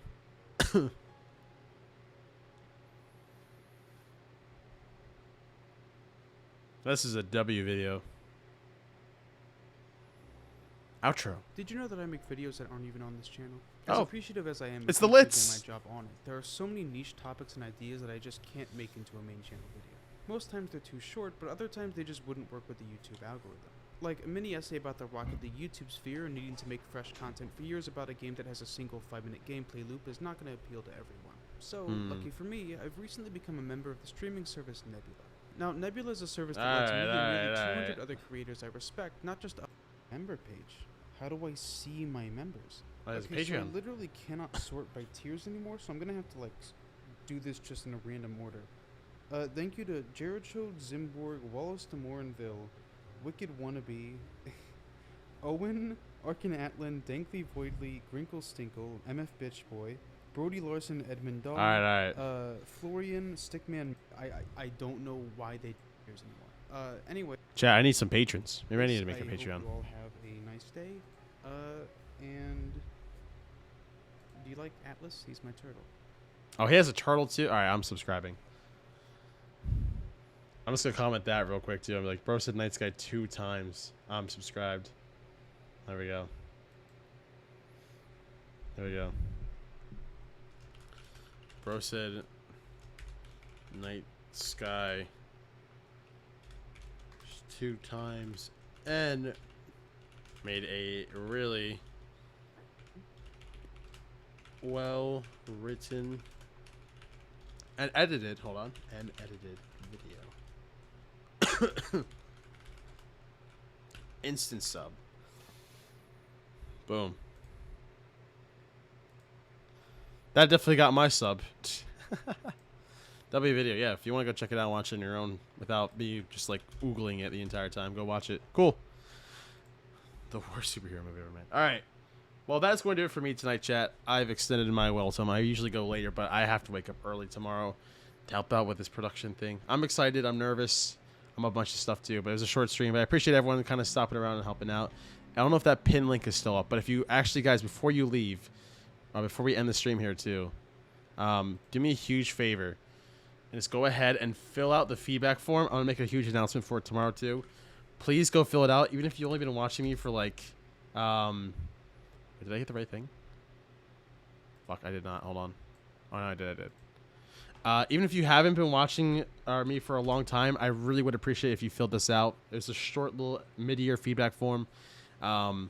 Basically, it just kind of covers like stuff about YouTube content and on Twitch content, and whether or not like you like it, what stuff do you like about it, what would you improve about it, that type of stuff, or what would you want me to improve about it, quality, you name it, basically. So really cool stuff. I would really appreciate it if you go filled it out. Real quick, of course, shout out to EJ for the gifted sub, to Akron for the follow, and for EJ for the 5 bits as well. I didn't get it out tonight, but the stream schedule will be up tomorrow. That is the plan. I'll work on it a little bit tonight and tweet it out tomorrow. Because this week's going to be a bit crazy because we got to see how stuff's going to get done. And if there is a Nintendo Direct this week or next week, I am totally going to react to it live. I'm going to do all sorts of crazy shit about it. So get hyped for that. I'm excited for it. I think it'll be fun. Yeah, I'm going to go ahead and get the hell out of here because I'm also a little bit tired. So I got to get some rest before we have a crazy day tomorrow. So wish me luck. All the good stuff. Appreciate you guys hanging out. I'm going to go ahead and replay some music to get us out of here too. We need some calm music. What if I play... oh, here we go. I'll play Good Egg Galaxy. Maybe I should play Mario Galaxy again, dude. It's such a good game. Such a beautiful game. Alright. Well, I've been Night Sky. I've been your Vibe King. And as always, stay safe. Enjoy the vibes. And I'll see you guys next time. Peace out. Stay safe. Bye-bye. Enjoy the music. Peace.